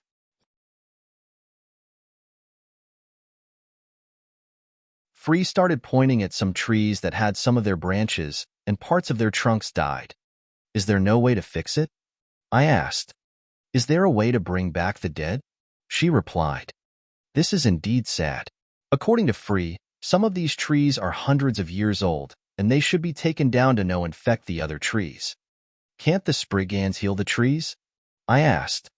The Spriggans in Solstheim are rare, and they are some of the few servants of the Allmaker left after the land was ravaged in the Red Year. We intend to keep them safe until their numbers are good enough to survive in the lands. She said. I see. Alina, didn't we meet that burnt Spriggan some time ago? Can it help? Before she could reply, Free interrupted. The burnt Spriggans are as sick as those trees. They can't do anything to help anymore. Is that so? Well, I will just need to try something out first. I had Alina to call the burnt Spriggan that was following her since yesterday. It took it a while to come into the grove and stand before Alina. Let me inspect it for a second. I had Alina to keep in still while I go through the Spriggan's body with some detection magic. It was identical to the normal Spriggans with fiery energy raging through its body. It had the same branch-like limbs and the long claws on its hands with the iconic humanoid face of the Spriggans. It didn't carry any hint of nature at all. It was fascinating how could such a creature made of wood adapt to its opposite nature, which is fire. I inspected again and again with the best scanning technique I have, and came to a conclusion. This Spriggon, I think I can fix it. Huh? Well, I said something absurd after all. I think I can fix it. How? Alina asked. As you can feel, this place is abundant with magicka, but a mystic should know that there are tons of energies that come from the heaven and earth other than magicka. The vital essence that is used when performing the Thursdayum, for example, the spirit energy that is associated with the aura arts, and the life force that goes through all living things. I can feel that this place is very dense with all those energies, maybe a little inferior to the Eldergleam Sanctuary, but it is all here. I can try to use some of the power around to fix Groot over here. They all turned silent, but Alina spoke right away. Do it. It is for the better. But do you understand what caused it to be in burnt Spriggon from the start? I am making a guess. Even though it adapted, Groot here took a form of energy it shouldn't have taken, and it mutated Groot in a sort. I need to set the balance back into its body. The Spriggans are lesser spirits, and their power are in their cores or taproots. I will direct the energy it needs to it and absorb the other one. Absorb? Yes. I know how to do it, and it is not risky. On the contrary, it is much safer for me to absorb it than the energy of nature. But in the meanwhile, I need you and Joel to do something for me. What? Remember the red scrolls I gave for the two of you and told you two to study it? Alina furrowed her brows and Joel asked, Didn't you say that is your most important achievement to date? Yes, now I want you two to unseal them and take a far corner and follow the steps written in them. If you failed, it wouldn't be a problem, but the three of us will miss a very important opportunity. The two followed my commands and went to the side. Jean, what exactly are you doing? Wulfur asked. Guess it on your own, but I have found something interesting inside Groot over here. Can't we just finish the ritual first and do whatever that is later? What would you choose? Reforge an old blade back to shape, or just patch it with some metal? Reforge it, of course. I am reforging the problem here. Now listen, I want you to watch over everything while I am busy. Bjorna, I want you to stay with Nefertiti for a while. Fine. Got it. Free. I am asking you to take care of the Spriggon once I am done with healing it. You are a shaman, so you can talk to them, right? I am still an apprentice. You will do just fine. Just keep calming the Spriggon with magic for now. Fine. This opportunity one got is priceless. I should make the most of it. I focused my attention on the Spriggon and cast Bind. It is a spell that I rarely use, but it can trap the target in its place and prevent it from moving. An alteration spell that is just like the illusion spell Paralyze. Anyway, I sat in front of the Spriggon and aimed my hands to its core. I looked left and right to take note of everything before I go full focus. Nefertiti and Bjorna are fine. Wulfur is ordering the two Skaal boys around to secure the place. Free is calming the Spriggon with soothing words of its language. Alina and Jellinar started their first cultivation close to the center of the grove. All in place. Okay, here we go. On the fingertips of my left hand, a golden white energy started to come out. It was very pure but carried a hint of chilliness and seemed not so balanced, but that was the gist of it. This is part of the energy I absorbed back when I visited the Eldergleam Sanctuary for the first time. The same energy that caused me the state of astral damage. That energy went out of my fingertips and slowly invaded the inside of the Spriggon, targeting its taproot. The Spriggon that was mostly quiet made a pained sound and started to fight back. I am sorry, Groot, but this will be all okay in a second. My right hand was guiding the golden white energy coming out of the left to the center of the taproot. Once I could feel it, I directed the energy to attack and refine it. This process would kick away the foreign energy. But I didn't want it kicked out. I wanted it into me. So with my right hand, I started absorbing that wild energy from the taproot of the Spriggon, and it started emerging as hot energy with a red hint to it. It was very hard and wild to take it, but I didn't falter and started trapping it inside my body as fast as possible. The process took almost 10 minutes, but I felt so drained and tired like never before, but I was about to get done now. Still, that red energy was wilder than I thought. I know it is a heart energy, but it is very lively, and I didn't think it would be this naughty. Finally, with the last bit of the heart energy coming out, I trapped it between my palm, and it was trying to escape away as much as it could. At that time, a voice talked to me. Impossible. You managed to grab that amount this fast? Shadow, you bastard. You are the one who kept insinuating me from the start? What made you think I wouldn't dare to accept such a challenge? Hehehe, apologies. But you are too weak to hold that much power. You can't even handle the power of a tiny heart stone. This may be good if you are stronger, but right now you will harm yourself and others. You know what? I like it that you can't read my mind, unlike the augur. You are the one who told him to keep me out. He also doesn't listen to me at all. Yeah, he has a good antivirus system. Virus? How mean. Still, I am interested in what reckless thing you are going to do. My money is on you causing yourself another astral damage. I stood up, ignoring the voice in my head, and looked at the Sprigjon that collapsed with the fire on it dimming out. Free. Use healing and calm on it. Wulfur, make sure to keep Free safe. They nodded and retreated away from the red energy that I was trapping my hands. I walked away and went closer to Alina and Jelinar than sat in front of them. They were focused and seemed to be going through the training the right way. Now, it is time for all of us to be stronger. You're tuning in to the Romance Rendezvous YouTube channel. We're so grateful for your support, and don't forget to subscribe to join us on this incredible journey through captivating stories. Your generosity through donations truly makes a world of difference, as it's the primary source of revenue that allows me to expand and enhance this channel for you. Thank you from the bottom of my heart for being a part of this adventure.